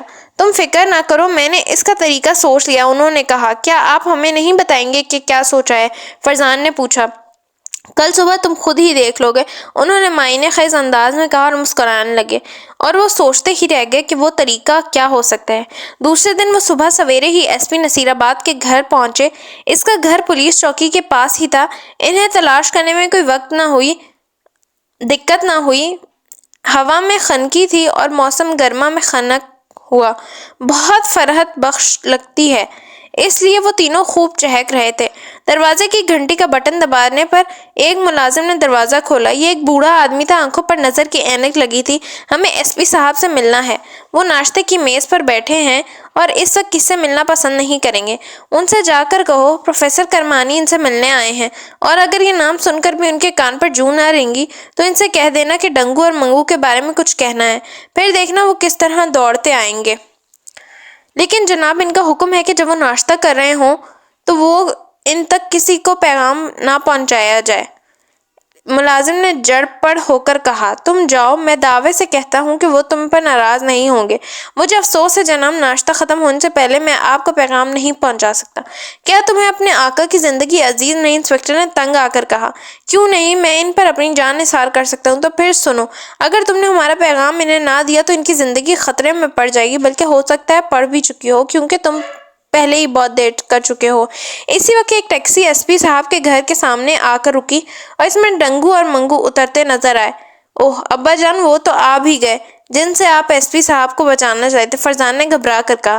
محمود، فاروق، تم دونوں اس احمق ملازم کو دھکیل کر اندر گھس جاؤ اور ایس پی صاحب کو خبردار کر دو، میں ان دونوں کو روکنے کی کوشش کرتا ہوں، انسپکٹر نے بوکھلا کر کہا۔ ملزم ان کا لہجہ سن کر گھبرا گیا اور اندر کی طرف دوڑا۔ محمود اور فاروق اس کے پیچھے دوڑے۔ انسپکٹر جمشید فرزانہ کی انگلی پکڑ کر ان کی طرف موڑے۔ دونوں ایک ایک قدم اٹھا کر ان کی طرف بڑھنے لگے۔ جو ہی ان کی نظر انسپکٹر جمشید اور فرزانہ پر پڑی، وہ زور سے چونکے۔ تم دونوں یہاں؟ اور ہاں، کل تو تم 5 عدد تھے، آج 2 کیسے رہ گئے؟ ڈنگو کے لہجے میں حیرت تھی۔ ہمیں ایس پی صاحب سے کچھ کام تھا، انسپکٹر جمشید بولے۔ تو تم اس سے یہ کہنے آئے تھے کہ آج ہم اس سے نپٹنے آ رہے ہیں؟ منگو نے انہیں گھورا۔ تم دونوں تو بہت شریف آدمی نظر آتے ہو، ایسے تو نہیں لگتے کہ کسی کو نقصان پہنچا سکو، انسپکٹر جمشید نے انہیں باتوں میں لگانے کے لیے کہا۔ ہم اپنے راستے میں آنے والی ہر دیوار کو گرا دیتے ہیں، ایس پی اس سے پہلے بھی ہمیں گھیرنے کی کوشش کر چکا ہے، ڈنگو نے کہا۔ یہ اس کا فرض ہے، وہ فرض کے ہاتھوں مجبور ہے، انہوں نے کہا، اور ہم اپنے فرض کے ہاتھوں مجبور ہیں۔ تمہارا فرض کیا ہے، ذرا ہمیں بھی تو بتاؤ۔ تم ہو کون؟ بنگو نے انہیں پھر گھورا۔ مجھے پروفیسر کرمانی کہتے ہیں، انسپکٹر جمشید مسکرائے۔ یہ تو ہم جانتے ہیں، اس کے ساتھ ہی نصیحت کرتے ہیں کہ اپنے کام سے کام رکھو، ہمارے کسی معاملے میں ٹانگ نہ اڑاؤ، اور ورنہ پچھتاؤ گے۔ میں اپنے کام سے ہی کام تو رکھ رہا ہوں، انسپکٹر جمشید مسکرائے۔ عجیب ضدی آدمی ہو، ہم جانتے ہیں، اور پھر بھی راستہ روکے کھڑے ہو۔ ہٹ جاؤ ہمارے راستے سے۔ تم ایس پی صاحب سے کیا سلوک کرنا چاہتے ہیں؟ انہوں نے پرسکون آواز میں پوچھا۔ اس سے ہمیشہ ہمیشہ کے لیے چھٹکارا حاصل کرنا چاہتے ہیں، میرے ہوتے ہوئے تم ایسا نہیں کر سکتے، انسپکٹر جمشید بھرپور انداز میں مسکرائے اور فرزانہ کا ہاتھ اپنی جیب میں رینگ گیا۔ دوسرے ہی لمحے گڑیا اس کے ہاتھ میں نظر آئی۔ کیا کہا تم؟ اور ہمیں ایسا کرنے سے روکو گے؟ شاید تمہارا دماغ خراب ہو گیا، شہر کا شہر ہم سے تھر تھر کانپتا ہے، اور تم کہتے ہو کہ ہمیں ایسا کرنے سے روک سکتے ہو؟ میری تو کیا بات کرتے ہو، تمہیں تو میری یہ بچی روک سکتی ہے، انہوں نے کہا۔ ڈنگو اور بنگو ایک دم فرزانہ کی طرف مڑے اور پھر اس کے ہاتھوں میں گڑیا دیکھ کر ہنسنے لگے۔ وہ پاگلوں کی طرح کہکہ لگا رہے تھے۔ فرزانہ نے سوچا موقع مناسب ہے، اس نے ہاتھ آگے کر کے گڑیا کا پیٹ دبا دیا اور ساتھ ہی گڑیا کا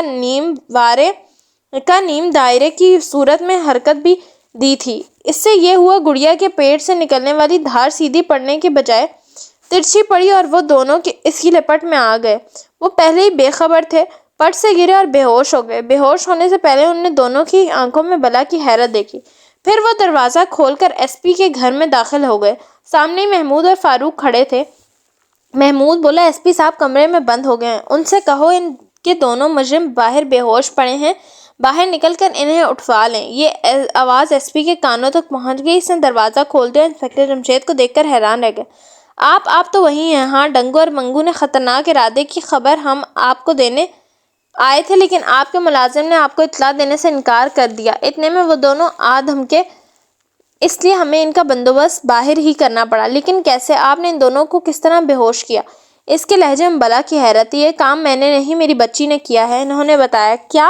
وہ چیخ اٹھا۔ جی ہاں، اگر آپ اسی طرح بات کرتے رہیں گے تو وہ دونوں فرار ہو جائیں گے، اور ہاں، میں ابھی بندوبست کرتا ہوں۔ یہ کہہ کر وہ پاس ہی پتائی پر رکھے فون پر جھک پڑے اور اپنے ماتحتوں کو ہدایت دینے لگا۔ اس کے بعد ان سے بولا، تشریف رکھیے، مجھے ڈر ہے آپ کے ماتحت ان کی طرف خاص توجہ نہیں دیں گے اور وہ فرار ہو جائیں گے۔ آپ فکر نہ کریں، وہ اب کہیں نہیں جا سکتے۔ اب یہ فرمائیے کہ آپ کون ہیں؟ میں شاید کل آپ کو بتا چکا ہوں کہ میرا نام پروفیسر کرمانی ہے۔ یہ تو میں جانتا ہوں، لیکن سوال تو یہ ہے کہ آپ کی لڑکی نے ان دونوں کو بے ہوش کس طرح کر دیا؟ یہ میری بیٹی کا کمال ہے، اور اس کے بارے میں کیا کہہ سکتا ہوں؟ بہرحال آپ کا حد درجہ شکر گزار ہوں کہ آپ نے مجھے ان دونوں سے بچایا، ورنہ ان سے بچنا میرے بس کا روگ نہیں تھا۔ آپ کو کیا بتاؤں، میں اس عہدے کی قابل ہوں ہی نہیں، بس سفارشی بھرتی ہو گیا تھا، اور پھر موقع پر سفارش بھی مجھے ترقی دلوائی چلی گئی۔ ایک وزیر میرے قریبی عزیز تھے، ایس پی نے صاف صاف لفظوں میں انہیں بتایا۔ خیر کوئی بات نہیں، اب تو آپ ایس پی بن چکے ہیں، اب اس کیس میں آپ کی مدد میں کروں گا۔ پہلے تو یہ معلوم کریں کہ ان دونوں کو حوالات میں بند کر دیا گیا ہے یا نہیں۔ اگر نہیں تو پہلے ان کا بندوبست کرائیے، پھر ہم ان سے چند سوال کریں گے اور اس کے بعد آپ کو ایک جگہ لے چلوں گا۔ اس کیس کے سر پیر کا اگر پتہ چلا تو وہیں سے چلے گا۔ اوہ، آپ کا مطلب کس کیس سے ہے؟ یہ جو ڈنگو اور منگو کسی کی تلاش کرتے پھر رہے ہیں، انسپکٹر جمشید بولے۔ اوہ پروفیسر صاحب، آپ تو مجھ سے زیادہ پولیس والے نظر آتے ہیں۔ دراصل بات یہ ہے کہ میں جاسوسی کہانیاں پڑھتا رہتا ہوں، انسپکٹر جمشید مسکرائے۔ اور شاید آپ کے بچے بھی جاسوسی کہانیاں بہت پڑھتے ہیں، ایس پی احسن علی شوکت نے کہا۔ انسپکٹر جمشید اسے چونک کر دیکھنے لگے۔ وہ یہ جملہ کہنے کے بعد فون پر جھک گئے تھے۔ اس پولیس چوکی سے کسی سے بات کرنے کے لیے نمبر نہیں گھمانا پڑتا تھا، ایک بٹن دباتے ہی چوکی کے فون گھنٹی بجانے لگتی تھی۔ ہیلو گمان خان، ان دونوں کو پکڑ کر بند کر دیا گیا ہے یا نہیں؟ جی ابھی نہیں، رمضان اور منیر انہیں لینے کے لیے گئے ہیں، ابھی تک نہیں لوٹے۔ تو پھر تم خود جا کر دیکھو وہ کہاں رہ گئے ہیں، اس نے کہا۔ جی بہت اچھا۔ احسن علی شوکت نے ریسیور رکھ دیا، لیکن فوراً ہی گھنٹی بجی اور دوسری طرف سے گمان خان نے کہا، ہیلو، رمضان اور منیر بے ہوش پڑے ہیں اور دونوں غائب ہیں۔ کیا کہا؟ وہ دونوں غائب ہیں، ایس پی حلق پھاڑ کر بولا۔ اور وہ چاروں بھی اس پر پڑے۔ گڑیا کے دھوئیں سے بے ہوش ہونے والے اتنی جلدی تو ہوش میں نہیں آتے۔ یہ بات ان کے لیے حیرت انگیز تھی انتہائی۔ شیرشاہ۔ چند لمحوں کے لیے گہری خاموشی چھا گئی۔ ان کے چہروں پر حیرت کے آثار تھے۔ جب تک ایسا نہیں ہوا تھا کہ کوئی آدمی گڑیا کے دھوئیں سے بے ہوش ہو جائے اور اتنی جلدی ہوش میں آ جائے۔ دوسری طرف ایس پی کا رنگ اڑ گیا۔ اسے شاید یہ خیال آیا تھا کہ اب ڈنگو اور منگو اسے ہرگز نہیں چھوڑیں گے۔ اگر آپ میرا مشورہ مانیں تو فوراً ٹامی سرکس کے مالک سے مل لیں، بلکہ ابھی اور اسی وقت ملاقات کر لیں تو یہ اور بھی آپ کے حق میں بہتر رہے گا۔ لیکن میں اس سے بات کیا کروں گا؟ مجھے تو اس معاملے کے سر پیر کا پتہ ہی نہیں۔ چلیے ہم آپ کے ساتھ چلتے ہیں، انسپکٹر جمشید بولے۔ ہاں یہ ٹھیک رہے گا، انہوں نے کہا۔ آپ چل کر جیپ میں بیٹھیے، میں ابھی آتا ہوں۔ بہت اچھا، انہوں نے کہا اور اٹھ کر باہر آ گئے۔ جلد ہی وہ پولیس کی جیپ میں بیٹھ کر سرکس کی طرف رواں ہو گئے۔ راستے میں انسپکٹر جمشید نے پوچھا، کیا ٹامی نے کل رات کوئی رپورٹ لکھوائی ہے؟ آپ کا مطلب سرکس کے مالک سے ہے؟ جی ہاں، میرا خیال ہے کل اس نے کوئی رپورٹ لکھوائی ہوگی۔ کیوں، اس سے کیا ہوا؟ ایس پی نے پوچھا۔ کل اس کے سرکس میں ہنگامہ سا ہو گیا تھا، اس کے وہ ملازم زخمی ہو گئے تھے۔ اچھا، میں سمجھ گیا۔ اس واقعے کی تفصیل میرے ایک کانسٹیبل نے مجھ تک پہنچائی تھی، لیکن ٹامی نے کوئی رپورٹ ہی نہیں لکھوائی۔ ظاہر ہے ہم اس وقت تک کچھ نہیں کر سکتے جب تک کوئی رپورٹ نہ لکھوائے۔ آپ ٹھیک کہتے ہیں۔ سرکس کے مالک سے بات کیا کرنی ہے، کچھ مجھے بھی تو بتا دیں۔ پہلے تو یہی پوچھیں گے کہ اس نے رپورٹ کیوں نہیں لکھوائی، اور پھر کچھ اور سوال بھی کریں گے۔ اچھی بات ہے، میں تو زیادہ تر خاموش ہی رہوں گا، آپ ہی باتیں کیجیے گا۔ آپ فکر نہ کریں۔ جلد ہی وہ سرکس تک پہنچ گئے۔ سرکس کا ایک ملازم انہیں ٹامی کے خیمے تک لے گیا۔ صبح کا وقت تھا، سب لوگ ناشتہ وغیرہ کرنے میں مصروف تھے، جانور بھی چارہ کھانے میں مشغول تھے۔ ٹامی کے خیمے میں اس وقت رنگ ماسٹر بھی تھا۔ انہیں اندر داخل ہوتے دیکھ کر وہ چونک کر سیدھا ہو گیا۔ آئیے ایس پی صاحب، ٹامی نے خوش ہو کر کہا۔ ہم کل والے واقعے کا تفصیل معلوم کرنے کے لیے آئے ہیں۔ کیا آپ بتا سکتے ہیں کل کیا ہوا تھا اور آپ نے اس کی رپورٹ کیوں درج نہ کرائی؟ آپ تشریف تو رکھیے۔ وہ سب خیمے میں بچھی میز کے گرد کرسیوں پر بیٹھ گئے۔ ٹامی نے کہا، کل کسی نے ہال میں تالی بجا دی تھی، رنگ ماسٹر کا ہاتھ کیا سیکنڈ پہلے چل گیا تھا اور اتنی ہی دیر میں ان دونوں کا اپنا بچاؤ کرنے میں لگ گئی۔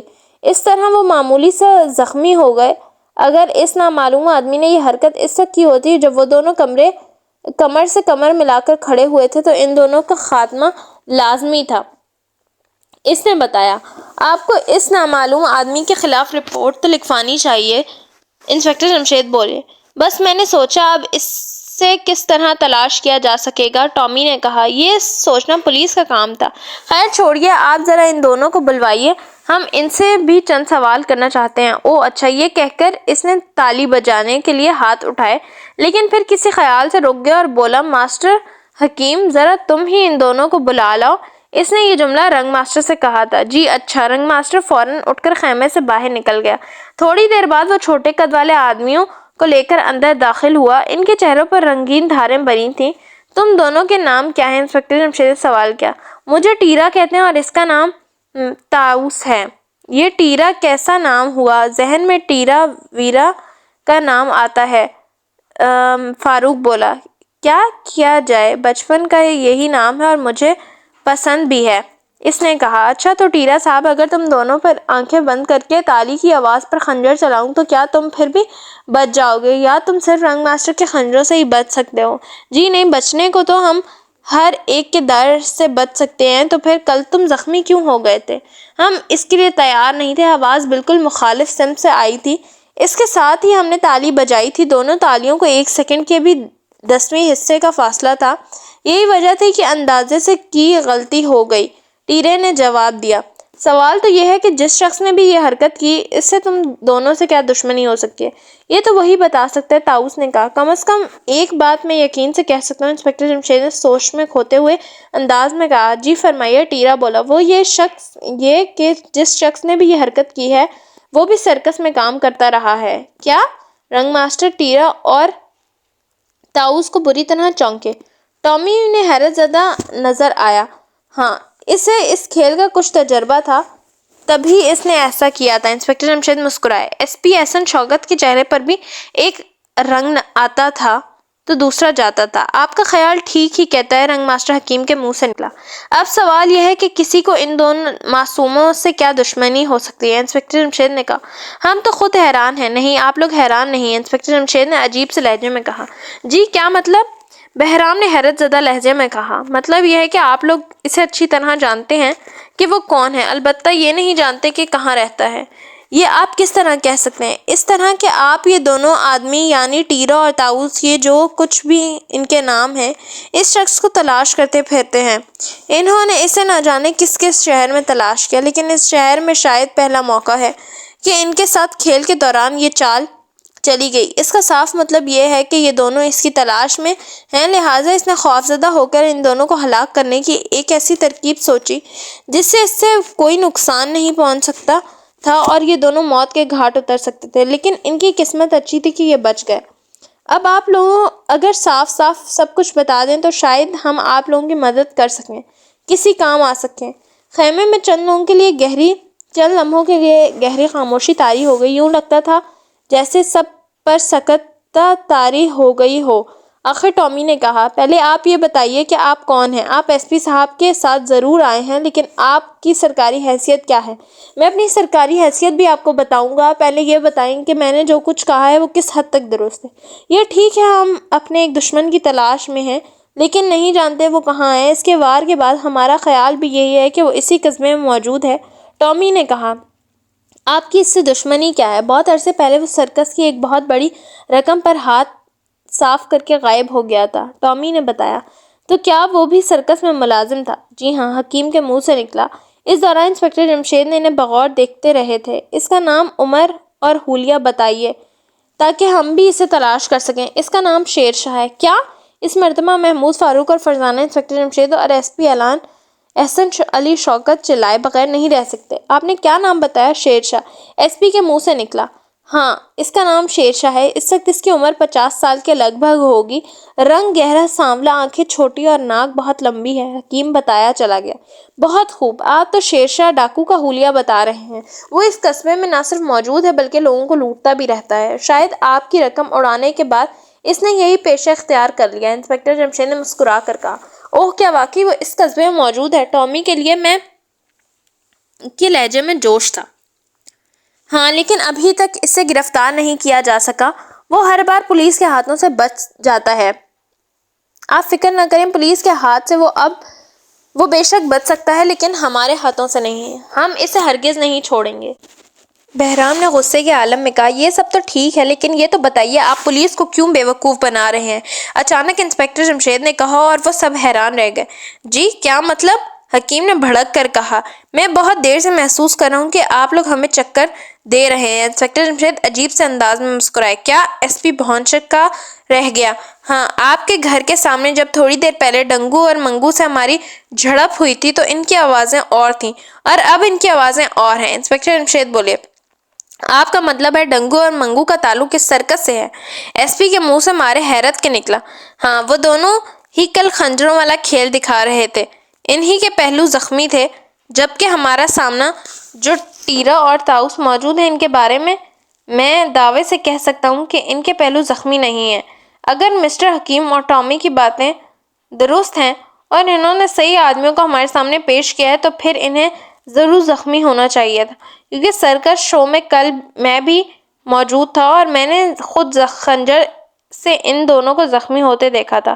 وہ سب سکتے کے عالم میں رہ گئے۔ حکیم، ٹامی، ٹیرا اور طاؤس کی نظریں جھک گئیں۔ ایس پی نصیر آباد اور محمود، فاروق اور فرزانہ انہیں آنکھیں پھاڑ پھاڑ کر دیکھ رہے تھے۔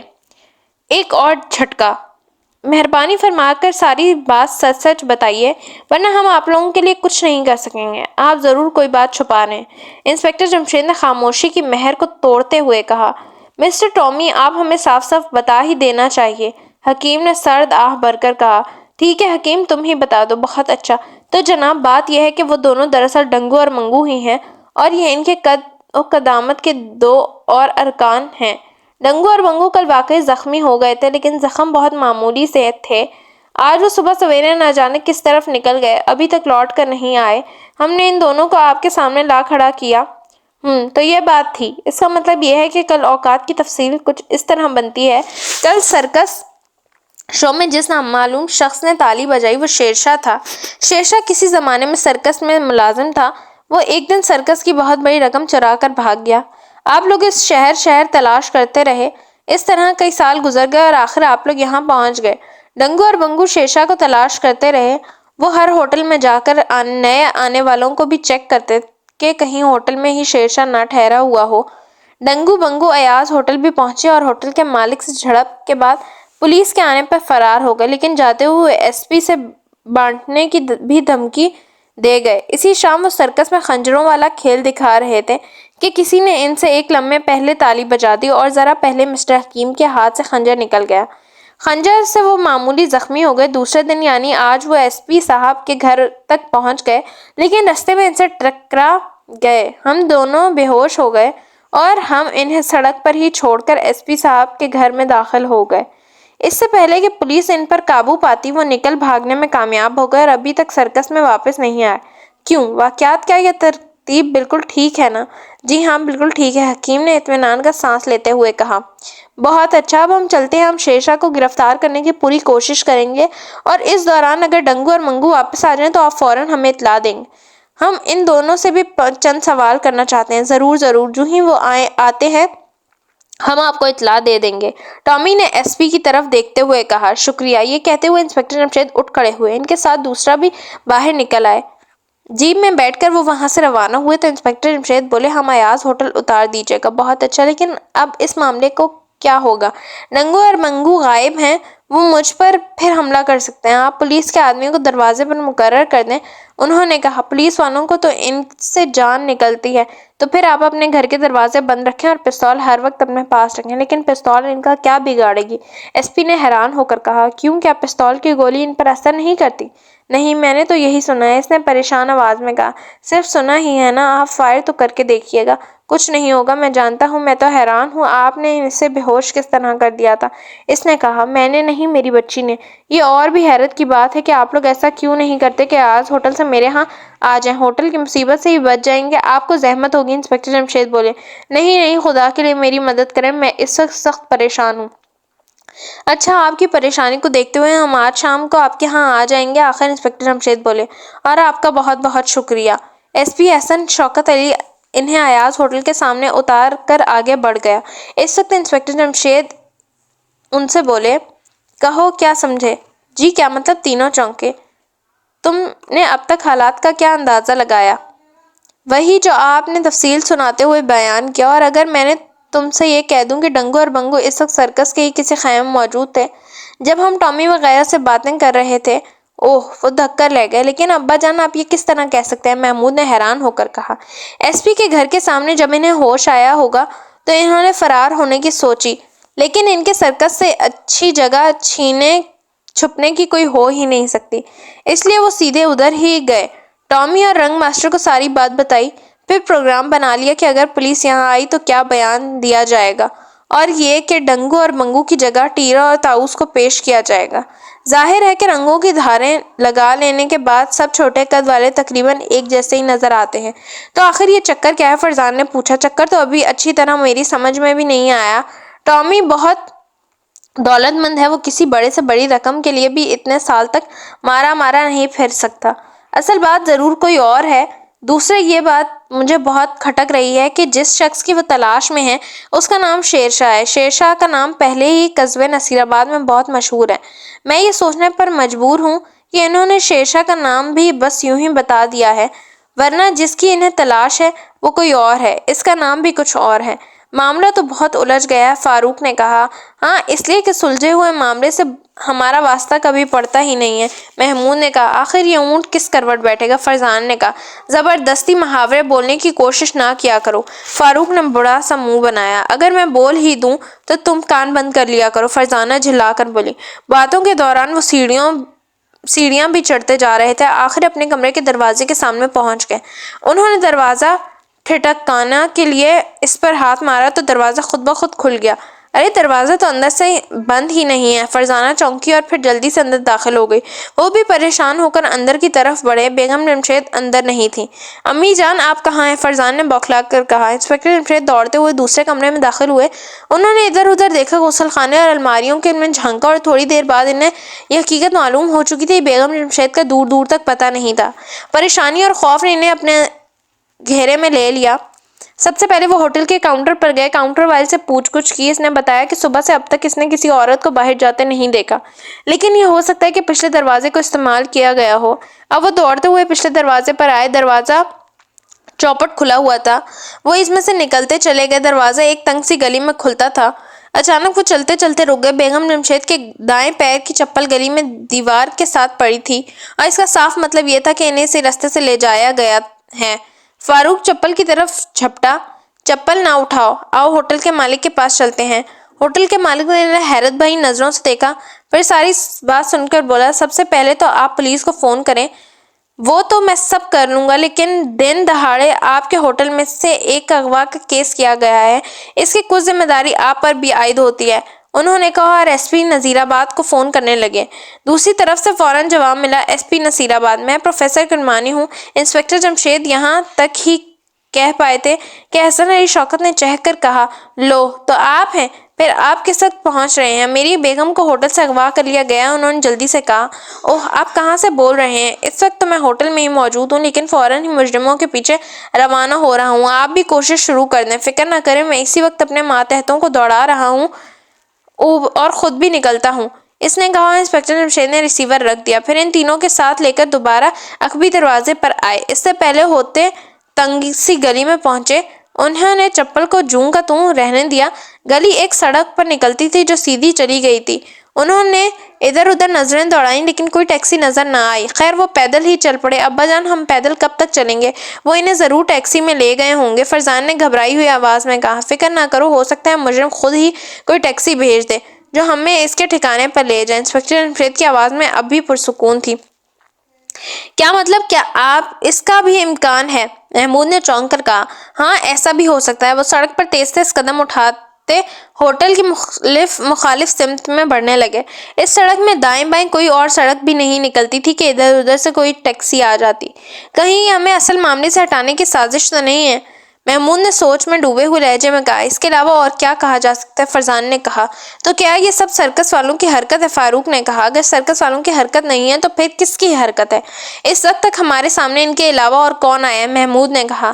آیا بے شک کوئی نہیں، لیکن اس نامعلوم آدمی کو کیسے بھلا دیا جا سکتا ہے جس نے تالی بجائی تھی، فاروق بولا۔ لیکن اسے ہمارے بارے میں بھلا کیا معلوم ہو سکتا ہے، فرزانہ نے اعتراض کیا۔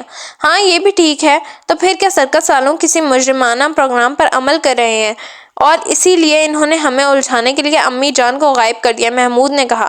ان حالات میں یہی کہا جا سکتا ہے، فرزانہ بولی۔ ابا جان آپ کا اس بارے میں کیا خیال ہے، فاروق نے انہیں خاموش پا کر پوچھا۔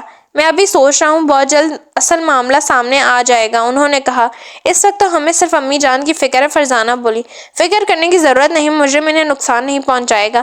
یہ آپ کیسے کہہ سکتے ہیں، محمود نے چونک کر پوچھا۔ اغوا کرنے والا چاہے کوئی بھی کیوں نہ ہو، تم لوگوں کو یہ خیال بالکل ٹھیک ہے کہ یہ سب ہمیں الجھانے کے لیے کیا گیا ہے، انہوں نے کہا۔ ان کی باتیں جاری رہیں، وہ تیز تیز قدم اٹھاتے رہے، یہاں تک کہ پہاڑیوں کا سلسلہ شروع ہو گیا۔ ابھی تک انہیں کوئی ٹیکسی نظر نہیں آئی تھی، یہ تو پہاڑیاں شروع ہو گئیں، محمود کے منہ سے نکلا۔ چلو خیر کچھ تو شروع ہوا، انسپکٹر جمشید دھیرے سے مسکرایا، اور پھر ایک جگہ اچانک ان کے قدم رک گئے۔ انہوں نے ایک حیران کن اور خوفناک ترین منظر دیکھا، ان کے رونگٹے کھڑے ہو گئے۔ بیگم جمشید سینکڑوں فٹ گہری کھائی کے اوپر لٹکی الٹی لٹکی ہوئی تھیں۔ ان کے پیروں میں ایک موٹا رسہ بندھا ہوا تھا اور اس کا رسہ سرا سے اونچائی سی چٹان تک جا رہا تھا۔ وہ دہشت زدہ انداز میں رک گئے۔ وعدہ۔ ابھی حیرت اور خوف سے ان کی آنکھیں پھٹی ہوئی تھیں کہ پہاڑیوں میں گونجتی ایک آواز ان کے کانوں سے ٹکرائی۔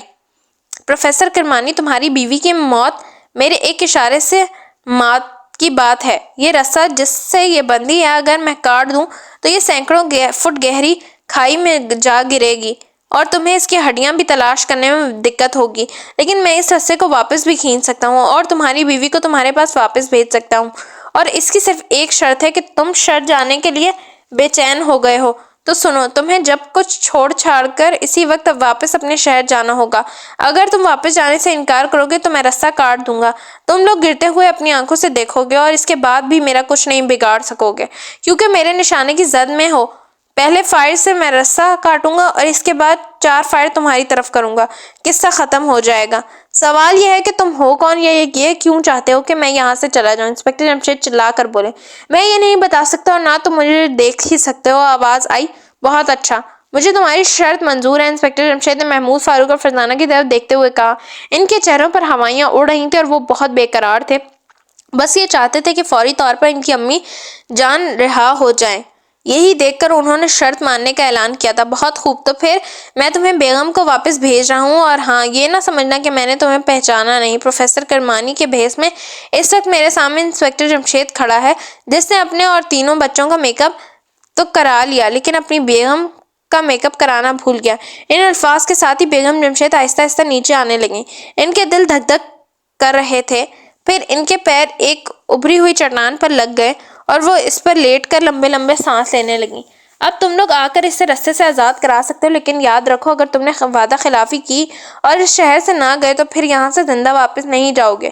ویسے تو میں جانتا ہوں تم جو وعدہ کر لیتے ہو اس سے کبھی نہیں پھرتے۔ وہ تیزی سے بیگم جمشید کی طرف بڑھنے لگے۔ رسہ ابھی تک ان کے پیروں سے بندھا ہوا تھا اور اس کا دوسرا سرا چٹان کے اوپر سے ہوتا ہوا کہیں دوسری طرف تھا۔ 15 منٹ تک اچھل اچھل کر اونچی نیچی جگہوں پر چلتے ہوئے آخر وہ بیگم جمشید تک پہنچ گئے۔ انہوں نے ان کے پاؤں رسے سے آزاد کرائے۔ رسہ اسی طرح لٹکتا رہا، کسی نے بھی اسے نہ کھینچا۔ ابا جان، کیا آپ دوسری طرف جا کر دیکھیں گے؟ محمود نے پوچھا۔ نہیں، میں نے وعدہ کر لیا ہے، اب سب کچھ چھوڑ چھاڑ کر واپس چلا جاؤں گا۔ یہ آپ کیا کہہ رہے ہیں؟ فرزانہ کے منہ سے مارے حیرت کے نکلا۔ تو کیا تم چاہتی ہو میں وعدہ خلاف کہلاؤں؟ انسپکٹر جمشید نے آنکھیں نکالی اور بیگم جمشید کو سہارا دینے لگے۔ کیا خیال ہے بیگم، چل سکو گی یا کچھ دیر یہیں ٹھہرے رہیں؟ نہیں چل سکوں گی، انہوں نے تھکے تھکے انداز میں کہا۔ انسپکٹر جمشید نے ان کا ہاتھ پکڑ لیا اور وہ واپس روانہ ہوئے۔ محمود، فاروق اور فرزانہ کے چہرے بجھے بجھے تھے، وہ بہت مایوس نظر آ رہے تھے۔ ایسی شکست سے وہ کبھی دوچار نہیں ہوئے تھے۔ مجرم نے انہیں کسی چالاکی سے مجبور کیا تھا۔ سوال تو یہ ہے ابا جان کہ وہ ہم سے اتنی نرمی کیوں برت رہا ہے؟ وہ ہم سب پر فائرنگ بھی تو کر سکتا تھا، فاروق نے کہا۔ شاید قاتل بننا اسے پسند نہیں، یہ ہو سکتا ہے کہ آج تک اس کی زندگی میں کسی کو قتل کرنے کی نوبت نہ آئی ہو اور وہ چاہتا ہو کہ ایسی نوبت آئندہ بھی نہ آئے، لہٰذا اس نے وہی کام کیا ہے کہ لاٹھی بھی نہ ٹوٹے اور سانپ بھی مر جائے۔ انسپکٹر جمشید بولے۔ گویا ہم اس کے لیے سانپ ہو گئے، فاروق کے منہ سے نکلا۔ لیکن تم لوگ کیوں اداس ہو؟ ہنسو، بولو، چہکو۔ انسپکٹر جمشید مسکرائے۔ ابا جان، ایسی بھی ہم کس طرح ہنس سکتے ہیں؟ فرزانہ نے کہا۔ کیوں، کیا ہو گیا؟ ایک مجرم نے ہمیں واپس جانے پر مجبور کر دیا، جبکہ شاید آج تک کبھی ایسا نہیں ہوا کہ ہم کسی کیس کے درمیان میں سب چھوڑ چھاڑ کر واپس ہو گئے ہوں۔ محمود نے کہا۔ کوئی بات نہیں، ایسا بھی ہوتا ہے، انہوں نے مسکرا کر کہا۔ فکر مند نہیں ہیں، یہ بات ہمارے لیے حیرت کا باعث ہے، فرزانہ بولی۔ میں کسی حال میں فکر مند نہیں ہوا کرتا، خدا جو کرتا ہے بہتر ہی کرتا ہے، انہوں نے کہا۔ آخر یہ چکر کیا ہے؟ امی جان کو اغوا کس نے کیا تھا اور وہ کون ہے؟ شیر شاہ نے، ان پہاڑیوں میں اس کا ٹھکانہ ہے۔ لیکن شیر شاہ یہ کیوں چاہتا ہے کہ ہم یہاں سے چلے جائیں؟ فاروق نے پوچھا۔ اگر ہمیں یہ بات معلوم ہو جائے تو پورا کیس حل ہو سکتا ہے، انسپکٹر جمشید بولے۔ لیکن اب پورا کیا آدھا کیس بھی حل نہیں ہو سکے گا، ہم تو واپس جا رہے ہیں، فاروق نے مایوسانہ لہجے میں کہا۔ ہاں، یہ بھی ٹھیک ہے، فرزانہ بولی۔ آپ کو میری وجہ سے دشمن کی شرط نہیں ماننی چاہیے تھی، بیگم جمشید نے تھکی تھکی آواز میں کہا۔ وہ انسپکٹر جمشید کا سہارا لے کر چل رہی تھی۔ فکر نہ کرو بیگم، میں نے جو کچھ کیا ہے ٹھیک ہی کیا ہے، اس وقت اس کے علاوہ میں اور کیا کر سکتا تھا؟ اس کی شرط نہ مانتا تو تمہارے ساتھ ہماری جانیں بھی جاتی اور اس کا کوئی فائدہ نہ ہوتا، انہوں نے کہا۔ اب ہم کیا اب ہم کہاں جائیں گے؟ محمود نے سوال کیا۔ ظاہر ہے پہلے ایاز ہوٹل جائیں گے، وہاں سے اپنا سامان اٹھائیں گے اور اسٹیشن کی راہ لیں گے۔ تم اتنا بھی نہیں سمجھتے، فاروق نے جھلا کر کہا۔ ہاں فاروق ٹھیک کہتا ہے، سچ بات تو یہ ہے کہ آج سے زیادہ مایوسی ہمیں کبھی نہیں ہوئی ہوگی۔ بھئی اب اتنا مایوس بھی نہ ہو، یہ ضروری بھی تو نہیں کہ ہر مرتبہ ہم ہی کامیاب ہوں، انسپکٹر جمشید نے ہنس کر کہا۔ اس طرح سڑک پر پیدل ہی چلتے ہوئے وہ ہوٹل تک پہنچ گئے اور جب وہ اپنا سامان اٹھا کر ہوٹل کا بل ادا کر باہر نکلے تو انہوں نے دیکھا عین اسی وقت ایس پی نصیر آباد کی جیپ وہاں آ کر رکی۔ اس نے جیپ سے اتر کر ان کی طرف بڑھتے ہوئے پوچھا، ارے آپ کی بیگم مل گئی؟ میں تو انہیں نہ جانے کہاں کہاں ڈھونڈ کر آ رہا ہوں اور بہت سے آدمی دوڑے پھر رہے ہیں۔ جی ہاں یہ پہاڑیوں میں مل گئی تھی۔ اوہ چلیے شکر ہے، اس کا مطلب ہے اب آپ میرے گھر ٹھہر رہے ہیں، اس نے خوش ہو کر کہا۔ مجھے افسوس ہے ہم آپ کے ہاں نہیں چل رہے، ایک بہت ضروری کام سے واپس جانا پڑ گیا۔ انہوں نے کہا، کیا مطلب؟ یعنی آپ سارا معاملہ درمیان میں چھوڑ کر جا رہے ہیں؟ ایس پی نصیر آباد نے حیران ہو کر کہا، جی ہاں مجبوری ہے۔ یہ یکایک ایسی کیا مجبوری آ پڑی؟ اس نے انہیں عجیب سی نظروں سے دیکھتے ہوئے کہا، میں آپ کو فون پر سب کچھ بتا دوں گا، اس وقت تو ہم جلدی میں ہیں۔ مجھے یہ سب کچھ بہت عجیب لگ رہا ہے، میں حیران ہوں یکایک آپ نے واپسی کا پروگرام کیوں بنا لیا؟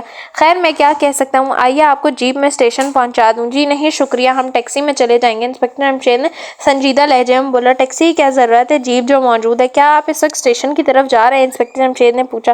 جی نہیں، جا تو میں پولیس چوکی کی طرف رہا ہوں، ان سب لوگوں کو واپس بلانا ہے جنہیں آپ کی بیگم صاحبہ کی تلاش میں دوڑایا تھا، تب پھر ہم آپ کے ساتھ نہیں جا سکتے۔ انہوں نے کہا، کیوں؟ احسان علی شوکت کے لہجے میں بلا کی حیرت تھی۔ اس لیے کہ آپ جیپ کو اس لیے کہ جیپ آپ کو صرف سرکاری کاموں کے لیے ملی ہے۔ یہ کہہ کر انہوں نے ایس پی سے ہاتھ ملایا اور آگے بڑھ گئے۔ ایس پی نصیر آباد انہیں ہکا بکا دیکھ رہا تھا۔ اس وقت ایک ٹیکسی اس کی طرف لپکی اور وہ اس میں بیٹھ گئے۔ جو ہی وہ لوگ پہاڑیوں سے سڑک پر پہنچے، راستہ اوپر کھینچ لے گیا۔ چٹان کے اوپر اس وقت 3 آدمی تھے اور ان تینوں کے ہاتھوں میں پستول تھی۔ انسپکٹر جمشید کو بھی آج جیسی شکست کبھی نصیب نہیں ہوئی ہوگی۔ ان میں سے ایک نے کہا، اس کا قد بڑا سا تھا اور آنکھوں میں تیز چمک، چہرے پر شیطانی مسکراہٹ ناچ رہی تھی۔ آپ کا نام بھی آخر شیر شاہ ہے، اس پورے قصبے پر آپ کا راج ہے، اس کا ساتھ کھڑے دوسرے آدمی نے کہا۔ لیکن دل روز خان، اس راج دہانی میں آج کل 2 ننھے شیطانیوں نے ادھم مچا رکھا ہے، کیا تم اس کا کچھ نہیں کر سکتے؟ شیر شاہ نے فکرمند لہجے میں کہا، آپ سرکس کے ہال میں ایک کوشش کر چکے ہیں، اب ہماری باری ہے۔ ہم نے ایک بہت بہترین پروگرام بنایا ہے، ذرا میں بھی تو سنوں کیا پروگرام بنایا ہے، کیونکہ میرا خیال ہے کہ مطابق پروگرام تو میرا بھی بہت بہترین تھا لیکن وہ کامیاب نہ ہو سکا۔ شیر شاہ نے کہا، خیر آپ دیکھ ہی لیں گے ہم ان کے ساتھ کیا کرتے ہیں، لیکن میں نہیں چاہتا کہ وہ اپنی جان سے ہاتھ دھو بیٹھیں۔ شیر شاہ نے کہا، تو پھر آپ کیا چاہتے ہیں؟ دلروز خان کے لہجے میں حیرت تھی۔ بس میں چاہتا ہوں وہ لوگ بیکار ہو کر رہ جائیں، اگر وہ لنگڑے ہو جائیں تو یہ دونوں ٹانگوں سے محروم ہو جائیں تو کسی کام کے نہیں رہیں گے اور میرا مقصد حل ہو جائے گا۔ آخر آپ کو ان کی دشمنی کیا ہے؟ دلروز خان کے ساتھ کھڑے دوسرے آدمی نے کہا، بہت پرانی دشمنی ہے شہروز خان، پھر کبھی بتاؤں گا، اس وقت تو مجھے ایک جگہ جانا ہے۔ ہاں تم نے بتایا نہیں کہ ان دونوں کے لیے کیا سوچا ہے؟ ہم نے سوچا ہے کہ ادھر تو وہ شو دکھانے میں مصروف ہوں گے، ادھر ہم ان کے خیمے میں داخل ہو جائیں گے اور جب وہ دونوں واپس آئیں گے تو ہم انہیں دبوچ لیں گے۔ وہ کتنے ڈبل ڈول والے، دلروز نے اکڑ کر کہا۔ یہ نہ کہو، کیا تم نے انہیں جانتے؟ شہر کے سارے لوگ ان سے تھر تھر کانپتے ہیں، انہوں نے اپنا یہ رعب اور دبدبہ صرف ایک ماہ میں بنایا ہے۔ مرشد لوگ ان سے بلا وجہ ڈرنے لگے ہیں۔ آپ فکر نہ کریں، آج ان کا بندوبست ہو جائے گا۔ شہروز بولا، میں تمہیں ایک بار کہتا ہوں انہیں جان سے ہرگز نہ مارنا۔ بہت اچھا، وہ ساری عمر کے لیے اپاہج ہو جائیں گے، آئندہ بیساکھیوں کے سہارے چلا کریں گے۔ دلروز خان نے مسکرا کر کہا، بہت خوب، اگر تم نے آج مجھے یہ خوشخبری سنا دی تو میں تمہیں اتنا کچھ دوں گا کہ تم سوچ بھی نہیں سکتے۔ اچھا اب میں چلتا ہوں۔ یہ کہہ کر شیر شاہ پہاڑیوں پر اترنے لگا۔ سرکس میں ان دونوں خنجروں والا کھیل نہیں دکھایا جا رہا تھا، اس وجہ سے رش بہت کم ہو گیا تھا۔ اب بہت کم لوگ سرکس دیکھنے آتے تھے۔ سرکس والوں نے قصبے میں اعلان کیا تھا کہ چونکہ ان کے دونوں کارکن زخمی ہو گئے ہیں اس لیے ان کا صحت یاب ہوتے تک وہ خنجروں والا کھیل پیش نہیں کر سکیں گے، البتہ ہلکے پھلکے کھیل ضرور پیش کرتے رہیں گے اور جو ہی وہ صحت یاب ہوں گے خنجر والا کھیل پیش کیا جانے لگے گا۔ اس وقت بھی ڈنگو بنگو ہال میں موجود تھے اور جھولوں پر کرتب دکھا رہے تھے۔ جھولا جھولتے ہوئے ایک جھولے سے دوسرے پر اور دوسرے سے تیسرے پر جا رہے تھے، لیکن تماشائیوں میں وہ جوش و خروش نہیں تھا۔ شاید جتنے بھی لوگ سرکس دیکھنے آتے تھے بچوں کے مجبور کرنے پر آتے تھے۔ ظاہر ہے بچوں کو یہ کیا معلوم کہ بڑوں کی دلچسپی کس چیز میں ہے۔ ڈنگو اور بنگو 15 منٹ تک جھولوں پر تیرتے رہے، آخر وہ نیچے اترے اور تماشائیوں کو سلام کر کے رنگ کے دروازے میں داخل ہوئے۔ وہاں سے نکل کر وہ اپنے خیمے کی طرف بڑھے۔ آج شام ہم پہاڑیوں کے دامن میں چلیں گے، ہمیں اس شخص کو بھی چیک کرنا چاہیے جو شیرشاہ بنا بیٹھا ہے، ذرا دیکھیں تو صحیح وہ کون ہے، کہیں وہی تو ہمارا دشمن نہیں۔ ڈنگو کہہ رہا تھا، ضرور چلیں گے، لیکن شیرشاہ سے زیادہ تو میرے ذہن میں وہ آدمی چبھ رہا ہے جس کے ساتھ 3 بچے تھے، پہلے ان سے ہوٹل میں ملے تھے اور دوسری ملاقات ایس پی کے گھر کے سامنے ہوئی تھی۔ اس لڑکی نے تو ہمیں بے ہوش ہی کر دیا تھا، بنگو بولا۔ ہاں یار، مجھے بھی ان پر حیرت ہے۔ ہوٹل کے رجسٹر کے مطابق بچوں کے باپ کا نام پروفیسر کرمیانی ہے، یہ نام بھی تو کچھ کم عجیب نہیں، ڈنگو نے کہا۔ کم از کم میں ایک بات یقین سے کہہ سکتا ہوں، بنگو بولا۔ اور وہ کیا؟ ڈنگو نے جلدی سے پوچھا۔ یہ کہ ہمارا شکار پروفیسر کرمیانی ہرگز نہیں ہے۔ ہاں تو یہ میرا دل بھی کہتا ہے۔ ہمارے راستے میں مشکل تو یہی ہے کہ ہمیں ابھی تک یہ معلوم نہیں ہو سکا کہ ہمارا شکار دراصل کون ہے۔ ایک بار معلوم ہو جائے اس کے بعد ہم تو اس سے اچھی طرح نبٹ لیں گے۔ چلو خیر ہے، ہمیں یہ تو معلوم ہوا ہے کہ وہ نصیر آباد میں ہی رہتے ہیں اور ہر پرفضا شہر کے ہوٹلوں کی خاک چھاننے کی بھی ہمیں ضرورت نہیں رہی۔ ہمیں معلوم تھا وہ موسم سرما گرما میں پرفضا شہروں میں ضرور جاتا ہے، لیکن یہ معلوم نہیں تھا کہ رہنے کے لیے بھی مستقل طور پر ایک پرفضا شہر کو ہی چن لے گا۔ اب ہم اسے تلاش کر ہی لیں گے۔ باتیں کرتے ہوئے وہ اپنے خیمے میں داخل ہوئے۔ سورج غروب ہو چکا تھا اور خیموں کے آس پاس ہلکی روشنی والے بلب جل رہے تھے، جبکہ ان کے خیمے میں اندھیرا تھا۔ اندر داخل ہوتے ہی انہیں ایک عجیب سا احساس ہوا اور وہ دھڑم سے نیچے گر پڑے۔ اس وقت 2 ہولناک چیخیں فضا میں بلند ہوئیں اور وہ تھرا اٹھے۔ یہ چیخیں ان کے منہ سے نہیں نکلی تھیں۔ گھبراہٹ کے عالم میں ڈنگو نے سوئچ دبا دیا۔ کمرے میں روشنی ہوتے ہی انہوں نے ایک بھیانک منظر دیکھا۔ 2 آدمی پڑے تڑپ رہے تھے، دونوں کے ہاتھوں میں خنجر تھے، لیکن ایک کا خنجر دوسرے کے پیٹ میں اور دوسرے کا خنجر پہلے کے پیٹ میں پیوست ہو چکا تھا۔ ان کی آن میں وہ سمجھ گئے کہ دونوں حملہ آور انہیں قتل کرنے کی نیت سے آئے تھے۔ جو ہی وہ اندر داخل ہوئے، ان کی چھٹی حس نے انہیں خبردار کر دیا اور وہ گر پڑے۔ دونوں نے خنجر چلائے اور خود ہی ایک دوسرے کا شکار ہو گئے۔ دونوں نے شور مچانا شروع کر دیا۔ جلدی ان کے خیمے کے آس پاس لوگ جمع ہو گئے۔ پولیس کو فون کیا گیا۔ 15 منٹ بعد ایس پی نصیر آباد وہاں پولیس والوں کے آدمیوں کے ساتھ پہنچ گئے۔ وہ یہ منظر دیکھ کر سکتے میں رہ گیا۔ شک کی کوئی وجہ نہیں تھی، خنجر پر ابھی تک دونوں قاتلوں کے ہاتھ مضبوطی سے جمے تھے۔ آخر لاشیں اٹھوا لی گئیں۔ دوسرے دن کی تفتیش کے بعد نصیر آباد سے شائع ہونے والی اخبار میں یہ خبر شائع ہوئی کہ دونوں کو حملہ آور شر کے چھٹے ہوئے بدماش تھے۔ اس روز یہ خبر اڑی کہ سرکس میں کام کرنے والے 2 چھوٹے قد والے غائب ہو گئے ہیں، لیکن مزے کی بات یہ تھی کہ سرکس کے مالک ٹامی نے ان کی گمشدگی کی رپورٹ درج نہ کرائی۔ لوگوں کو گمشدگی کا پتہ چلا اس طرح کہ شو کے دوران صرف 2 چھوٹے قد والے کام کرنے کے لیے آئے، جبکہ ہر روز 4 آیا کرتے تھے۔ لوگوں کو یہ سب واقعات عجیب سے لگے۔ ڈنگو اور بنگو کا مختلف ہوٹلوں میں ہلچل مچانا، پولیس کے قابو میں نہ آنا، ادھر شیرشاہ کی کارروائی، اس کے ڈاکو میں بھی روز بروز تیزی آ گئی تھی۔ پھر سرکس کے شو کے دوران اس نامعلوم آدمی کا تالی بجانا اور ڈنگو اور بنگو کا زخمی ہونا۔ اگرچہ لوگوں کو یہ معلوم نہیں تھا کہ سرکس میں کام کرنے والے دراصل ڈنگو اور بنگو ہیں، پھر بھی ان لوگوں کو یہ سب واقعات بہت عجیب لگ رہے تھے۔ چھوٹا سا قصبہ تھا اور واقعات اس طرح پیش آ رہے تھے جیسے بہت ہنگامہ پور شہر ہو۔ لیکن ابھی تو نصیر آباد کے رہنے والوں کو ایک اور حادثے کی خبر سنانا تھی جو ان کے وہم و گمان میں بھی نہیں تھا۔ واپسی اور وہ دارالحکومت کے اسٹیشن پر اترتے تو محمود فاروق اور فرزانہ بہت اداس تھے۔ انہیں یوں لگ رہا تھا جیسے ان کے ساتھ سارا شہر اداس ہو۔ بھائی اب اس قدر اداسی بھی اچھی نہیں، انسپکٹر جمشید نے ان کی حالت سے لطف لیتے ہوئے کہا۔ تو ابا جان آپ جس قدر اداس ہیں ہمیں دیکھنا پسند کرتے ہیں، بتا دیں، فاروق نے بجے لہجے میں کہا۔ میں تو چاہتا ہوں کہ تم ذرا بھی اداس نظر نہ آؤ، انہوں نے کہا اور قریب سے گزرتی ایک ٹیکسی روک لی۔ انہیں گھر کے دروازے پر اترتے ہوئے انہوں نے کہا، میں ذرا دفتر ہو آؤں، تم لوگ آرام کرو، لیکن ابھی سامان نہ کھولنا۔ جی سامان نہ کھولیں کیا مطلب؟ محمود فاروق فرزانہ چونک کر کہا۔ سامان میرے آنے پر کھولا جائے گا، انہوں نے پراسرار لہجے میں کہا۔ بات کچھ سمجھ میں نہ آئی بیگم جمشید بولیں، ابھی تھوڑی دیر بعد سمجھ میں آ جائے گی۔ اس کے ساتھ ہی ٹیکسی چل پڑی اور وہ دروازے میں کھڑے سوچتے ہی رہ گئے۔ ابا جان شاید بہت کچھ جانتے ہیں لیکن فی الحال ہمیں کچھ بتانا نہیں چاہتے، فرزانہ بولی۔ خیر اندر تو چلو۔ وہ اندر آ کر بیٹھ گئے۔ سامان انہوں نے فرش پر ہی جوں کا توں رکھ دیا۔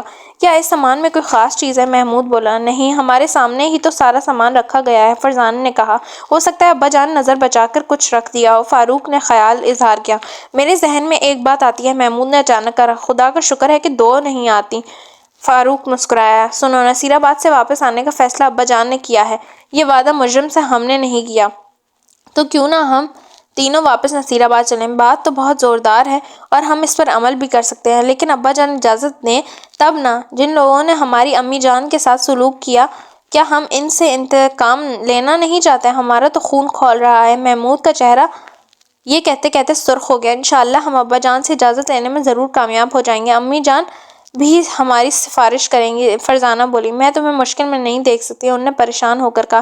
مشکلات سے کھیلنا تو ہماری عادت ہے، فاروق نے کہا۔ خیر دیکھا جائے گا، تمہارے ابا جان آ لیں تو کچھ فیصلہ ہو جائے گا، اور میرا تو یہ خیال ہے کہ ابا جان خود ہی ہمیں ساتھ لے کر نصیر آباد جائیں گے، فرزانہ نے کچھ سوچ کر کہا۔ یہ تم کیسے کہہ سکتے ہو؟ محمود نے پوچھا۔ آخر انہوں نے سامان نہ کھولنے کی ہدایت کیوں کی ہے؟ کا مطلب یہ نہیں ہے کہ ہم اسی وقت دوبارہ روانہ ہونے والے ہیں، لیکن اس وقت تو کوئی گاڑی نہیں جاتی، اور پھر ابا جان وہاں سے واپس آنے کا وعدہ کر چکے ہیں، اب وہ کس طرح جا سکتے ہیں؟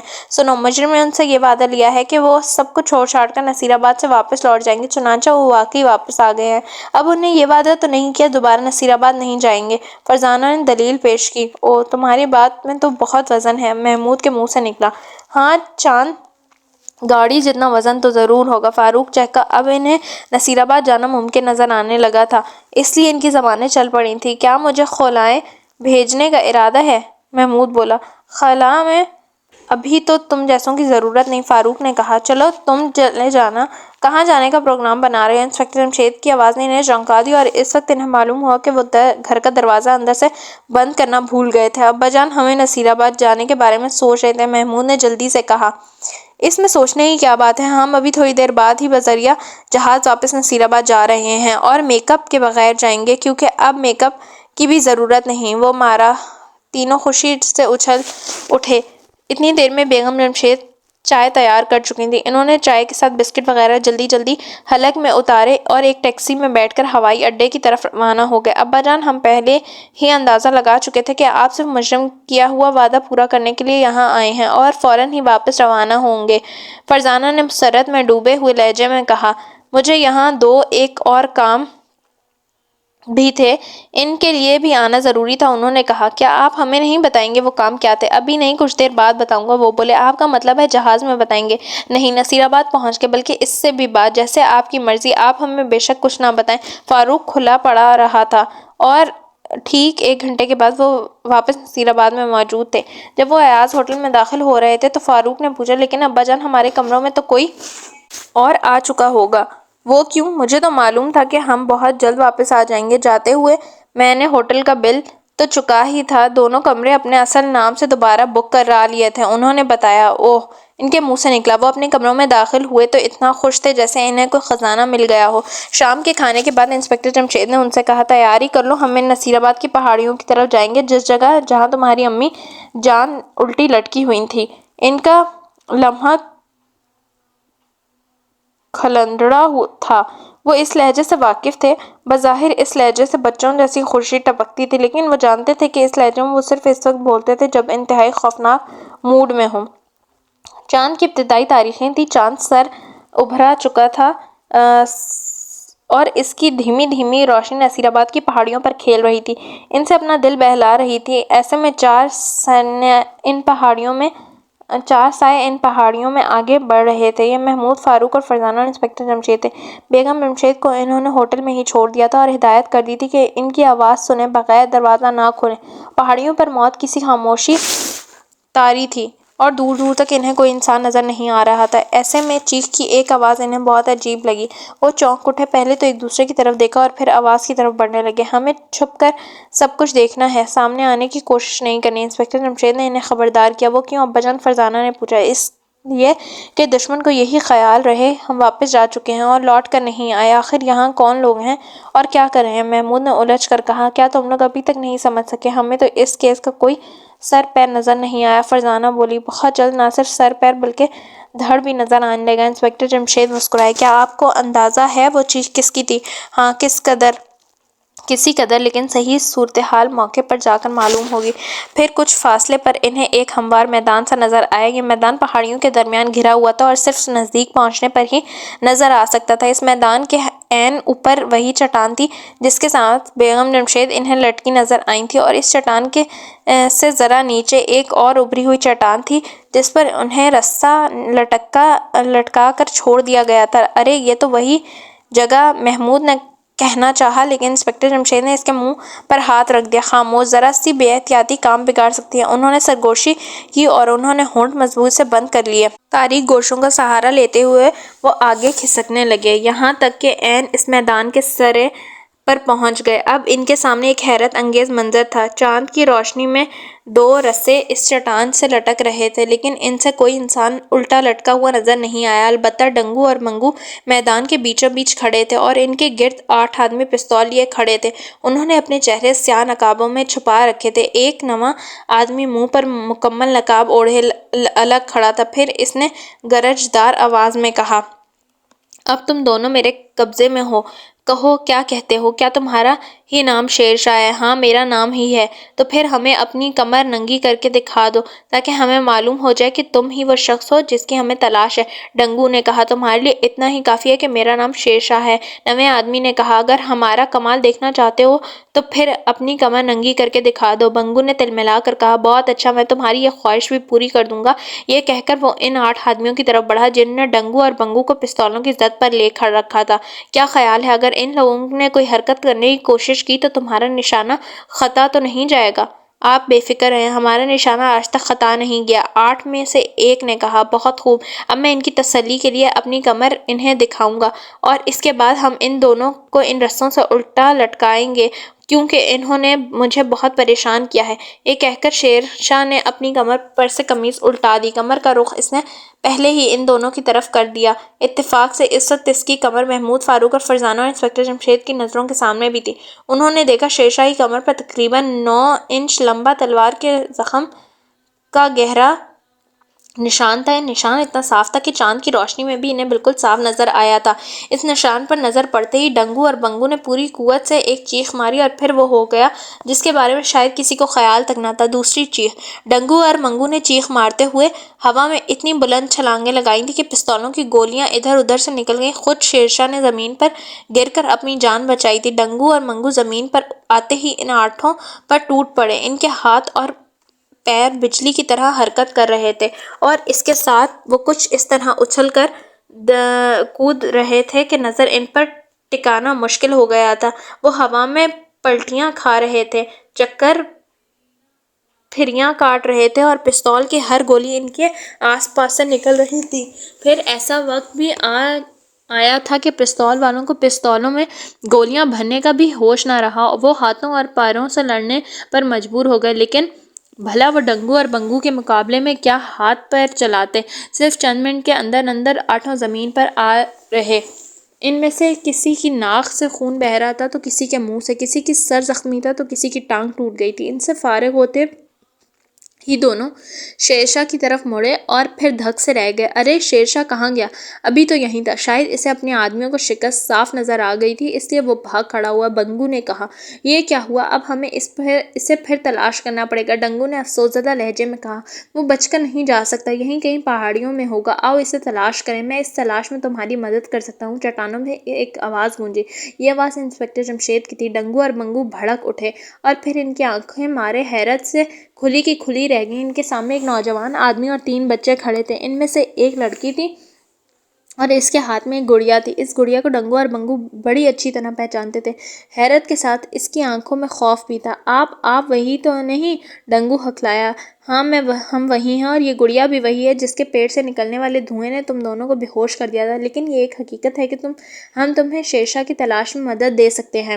وہ کیسے؟ آپ کو کیسے معلوم کہ وہ کہاں گیا ہے؟ آخر آپ کون ہیں اور بار بار ہمارے راستے میں کیوں آ جاتا ہے؟ منگو نے الجھ کر کہا۔ ہم تمہارے راستے میں نہیں آتے بلکہ اپنے راستے پر چلے جا رہے ہیں۔ البتہ تم اس راستے پر ہمیں عام ملتے ہو اور اب میں اچھی طرح جان گیا ہوں کہ ہم ایک راستے پر جا رہے ہیں۔ اگر تم پسند کرو تو میں تمہیں شیرشاہ تک لے جا سکتا ہوں، ورنہ مجھے تم سے جا کر ملاقات کرنی ہی ہے۔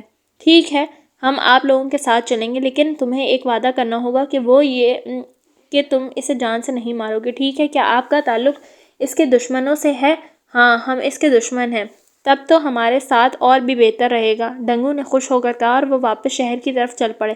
آخر شہر میں داخل ہونے کے بعد انسپکٹر جمشید ایک گھر کے سامنے رک گیا۔ انہوں نے ڈنگو اور بنگو کو تاریکی میں دیوار کے ساتھ کھڑا کر دیا تھا، پھر گھنٹی بجائی، دروازہ فوراً ہی کھل گیا اور ایس پی نصیر احسن علی شوکت کا چہرہ نظر آیا۔ ایک لمحے کے لیے اس کی آنکھوں میں حیرت کی چمک لہری، ساتھ اس کے منہ سے نکلا، آپ انسپکٹر جمشید تو نہیں؟ ہاں، اور یہ میرے بچے ہیں، مجھے آپ سے ایک ضروری کام ہے۔ آئیے اندر تشریف لائیے، یہ میری خوش قسمتی ہے کہ آپ میرے گھر تشریف لائے، اس نے خوش ہو کر کہا۔ لیکن ہمارے ساتھ 2 مہمان اور بھی ہیں۔ انسپکٹر جمشید مسکرائے۔ اس دوران انہوں نے ڈنگو اور بنگو کو بھی نظروں میں رکھا تھا کہ کہیں وہ بھاگ نہ کھڑے ہوں، لیکن ان پر تو انسپکٹر جمشید کا نام سن کر سکتے کا عالم طاری ہو گیا تھا۔ دوسرے فرزانہ ان کی طرف گڑیا تانے کھڑی تھی۔ ہاں، مہمانوں کو اندر لے چلیے، آپ جتنے بھی مہمان ساتھ لائے ہیں میرے لیے خوشی کا مقام ہے۔ ایس پی بچھا جا رہا تھا۔ چلو بھائی اندر، پہلے تم دونوں چلو، انسپکٹر جمشید نے ڈنگو اور بنگو کی طرف دیکھ کر کہا۔ دونوں آگے آئے اور دروازے میں داخل ہوتے جوں ہی ایس پی نصیر احمد کی نصیرآباد کی نظر ان پر پڑی، اس کے منہ سے حیرت اور خوف کی ایک چیخ نکلی۔ اس کے منہ سے نکلنے والی آواز نے محمود، فاروق اور فرزانہ کو حیران کر دیا۔ اتنی دیر میں انسپکٹر جمشید بھی اندر داخل ہو چکے تھے اور ان کے پیچھے محمود، فاروق اور فرزانہ بھی تھے۔ ایس پی نصیرآباد ابھی بت کی طرح کھڑا تھا، اس کی آنکھیں حیرت سے پھیل گئی تھیں۔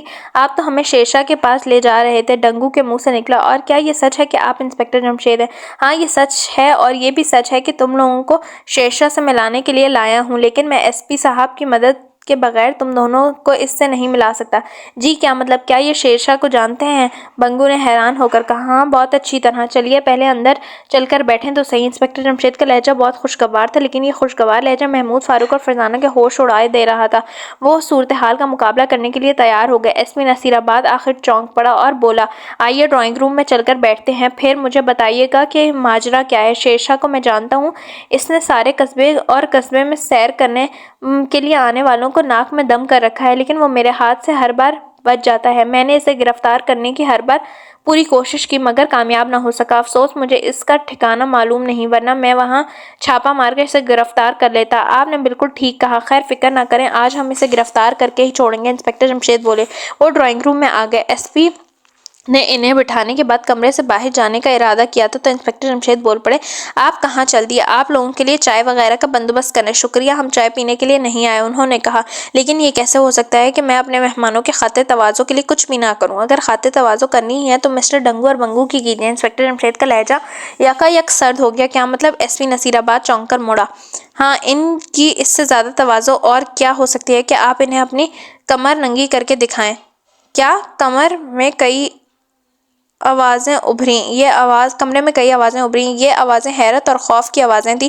وہ سب پھٹی پھٹی آنکھوں سے ایس پی کی طرف دیکھ رہے تھے۔ اچانک اس نے دروازے کی طرف چھلانگ لگائی، لیکن فرزانہ کی ٹانگ چل گئی۔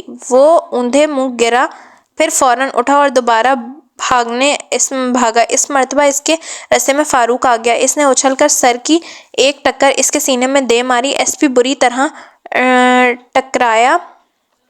اس نے بھلاہٹ میں ایک مکہ فاروق کے منہ پر دے مارا، لیکن اس کا مکہ ہوا میں لہرا کر رہ گیا۔ اتنی دیر میں فاروق پیچھے سے اس کی ٹانگیں گھسیٹ چکا تھا اور ایک بار پھر وہ منہ کے بل فرش پر آ رہا تھا۔ اس کے ساتھ ہی ڈنگو اور منگو نے اس پر چھلانگیں لگائیں اور اسے چھاپ بیٹھے۔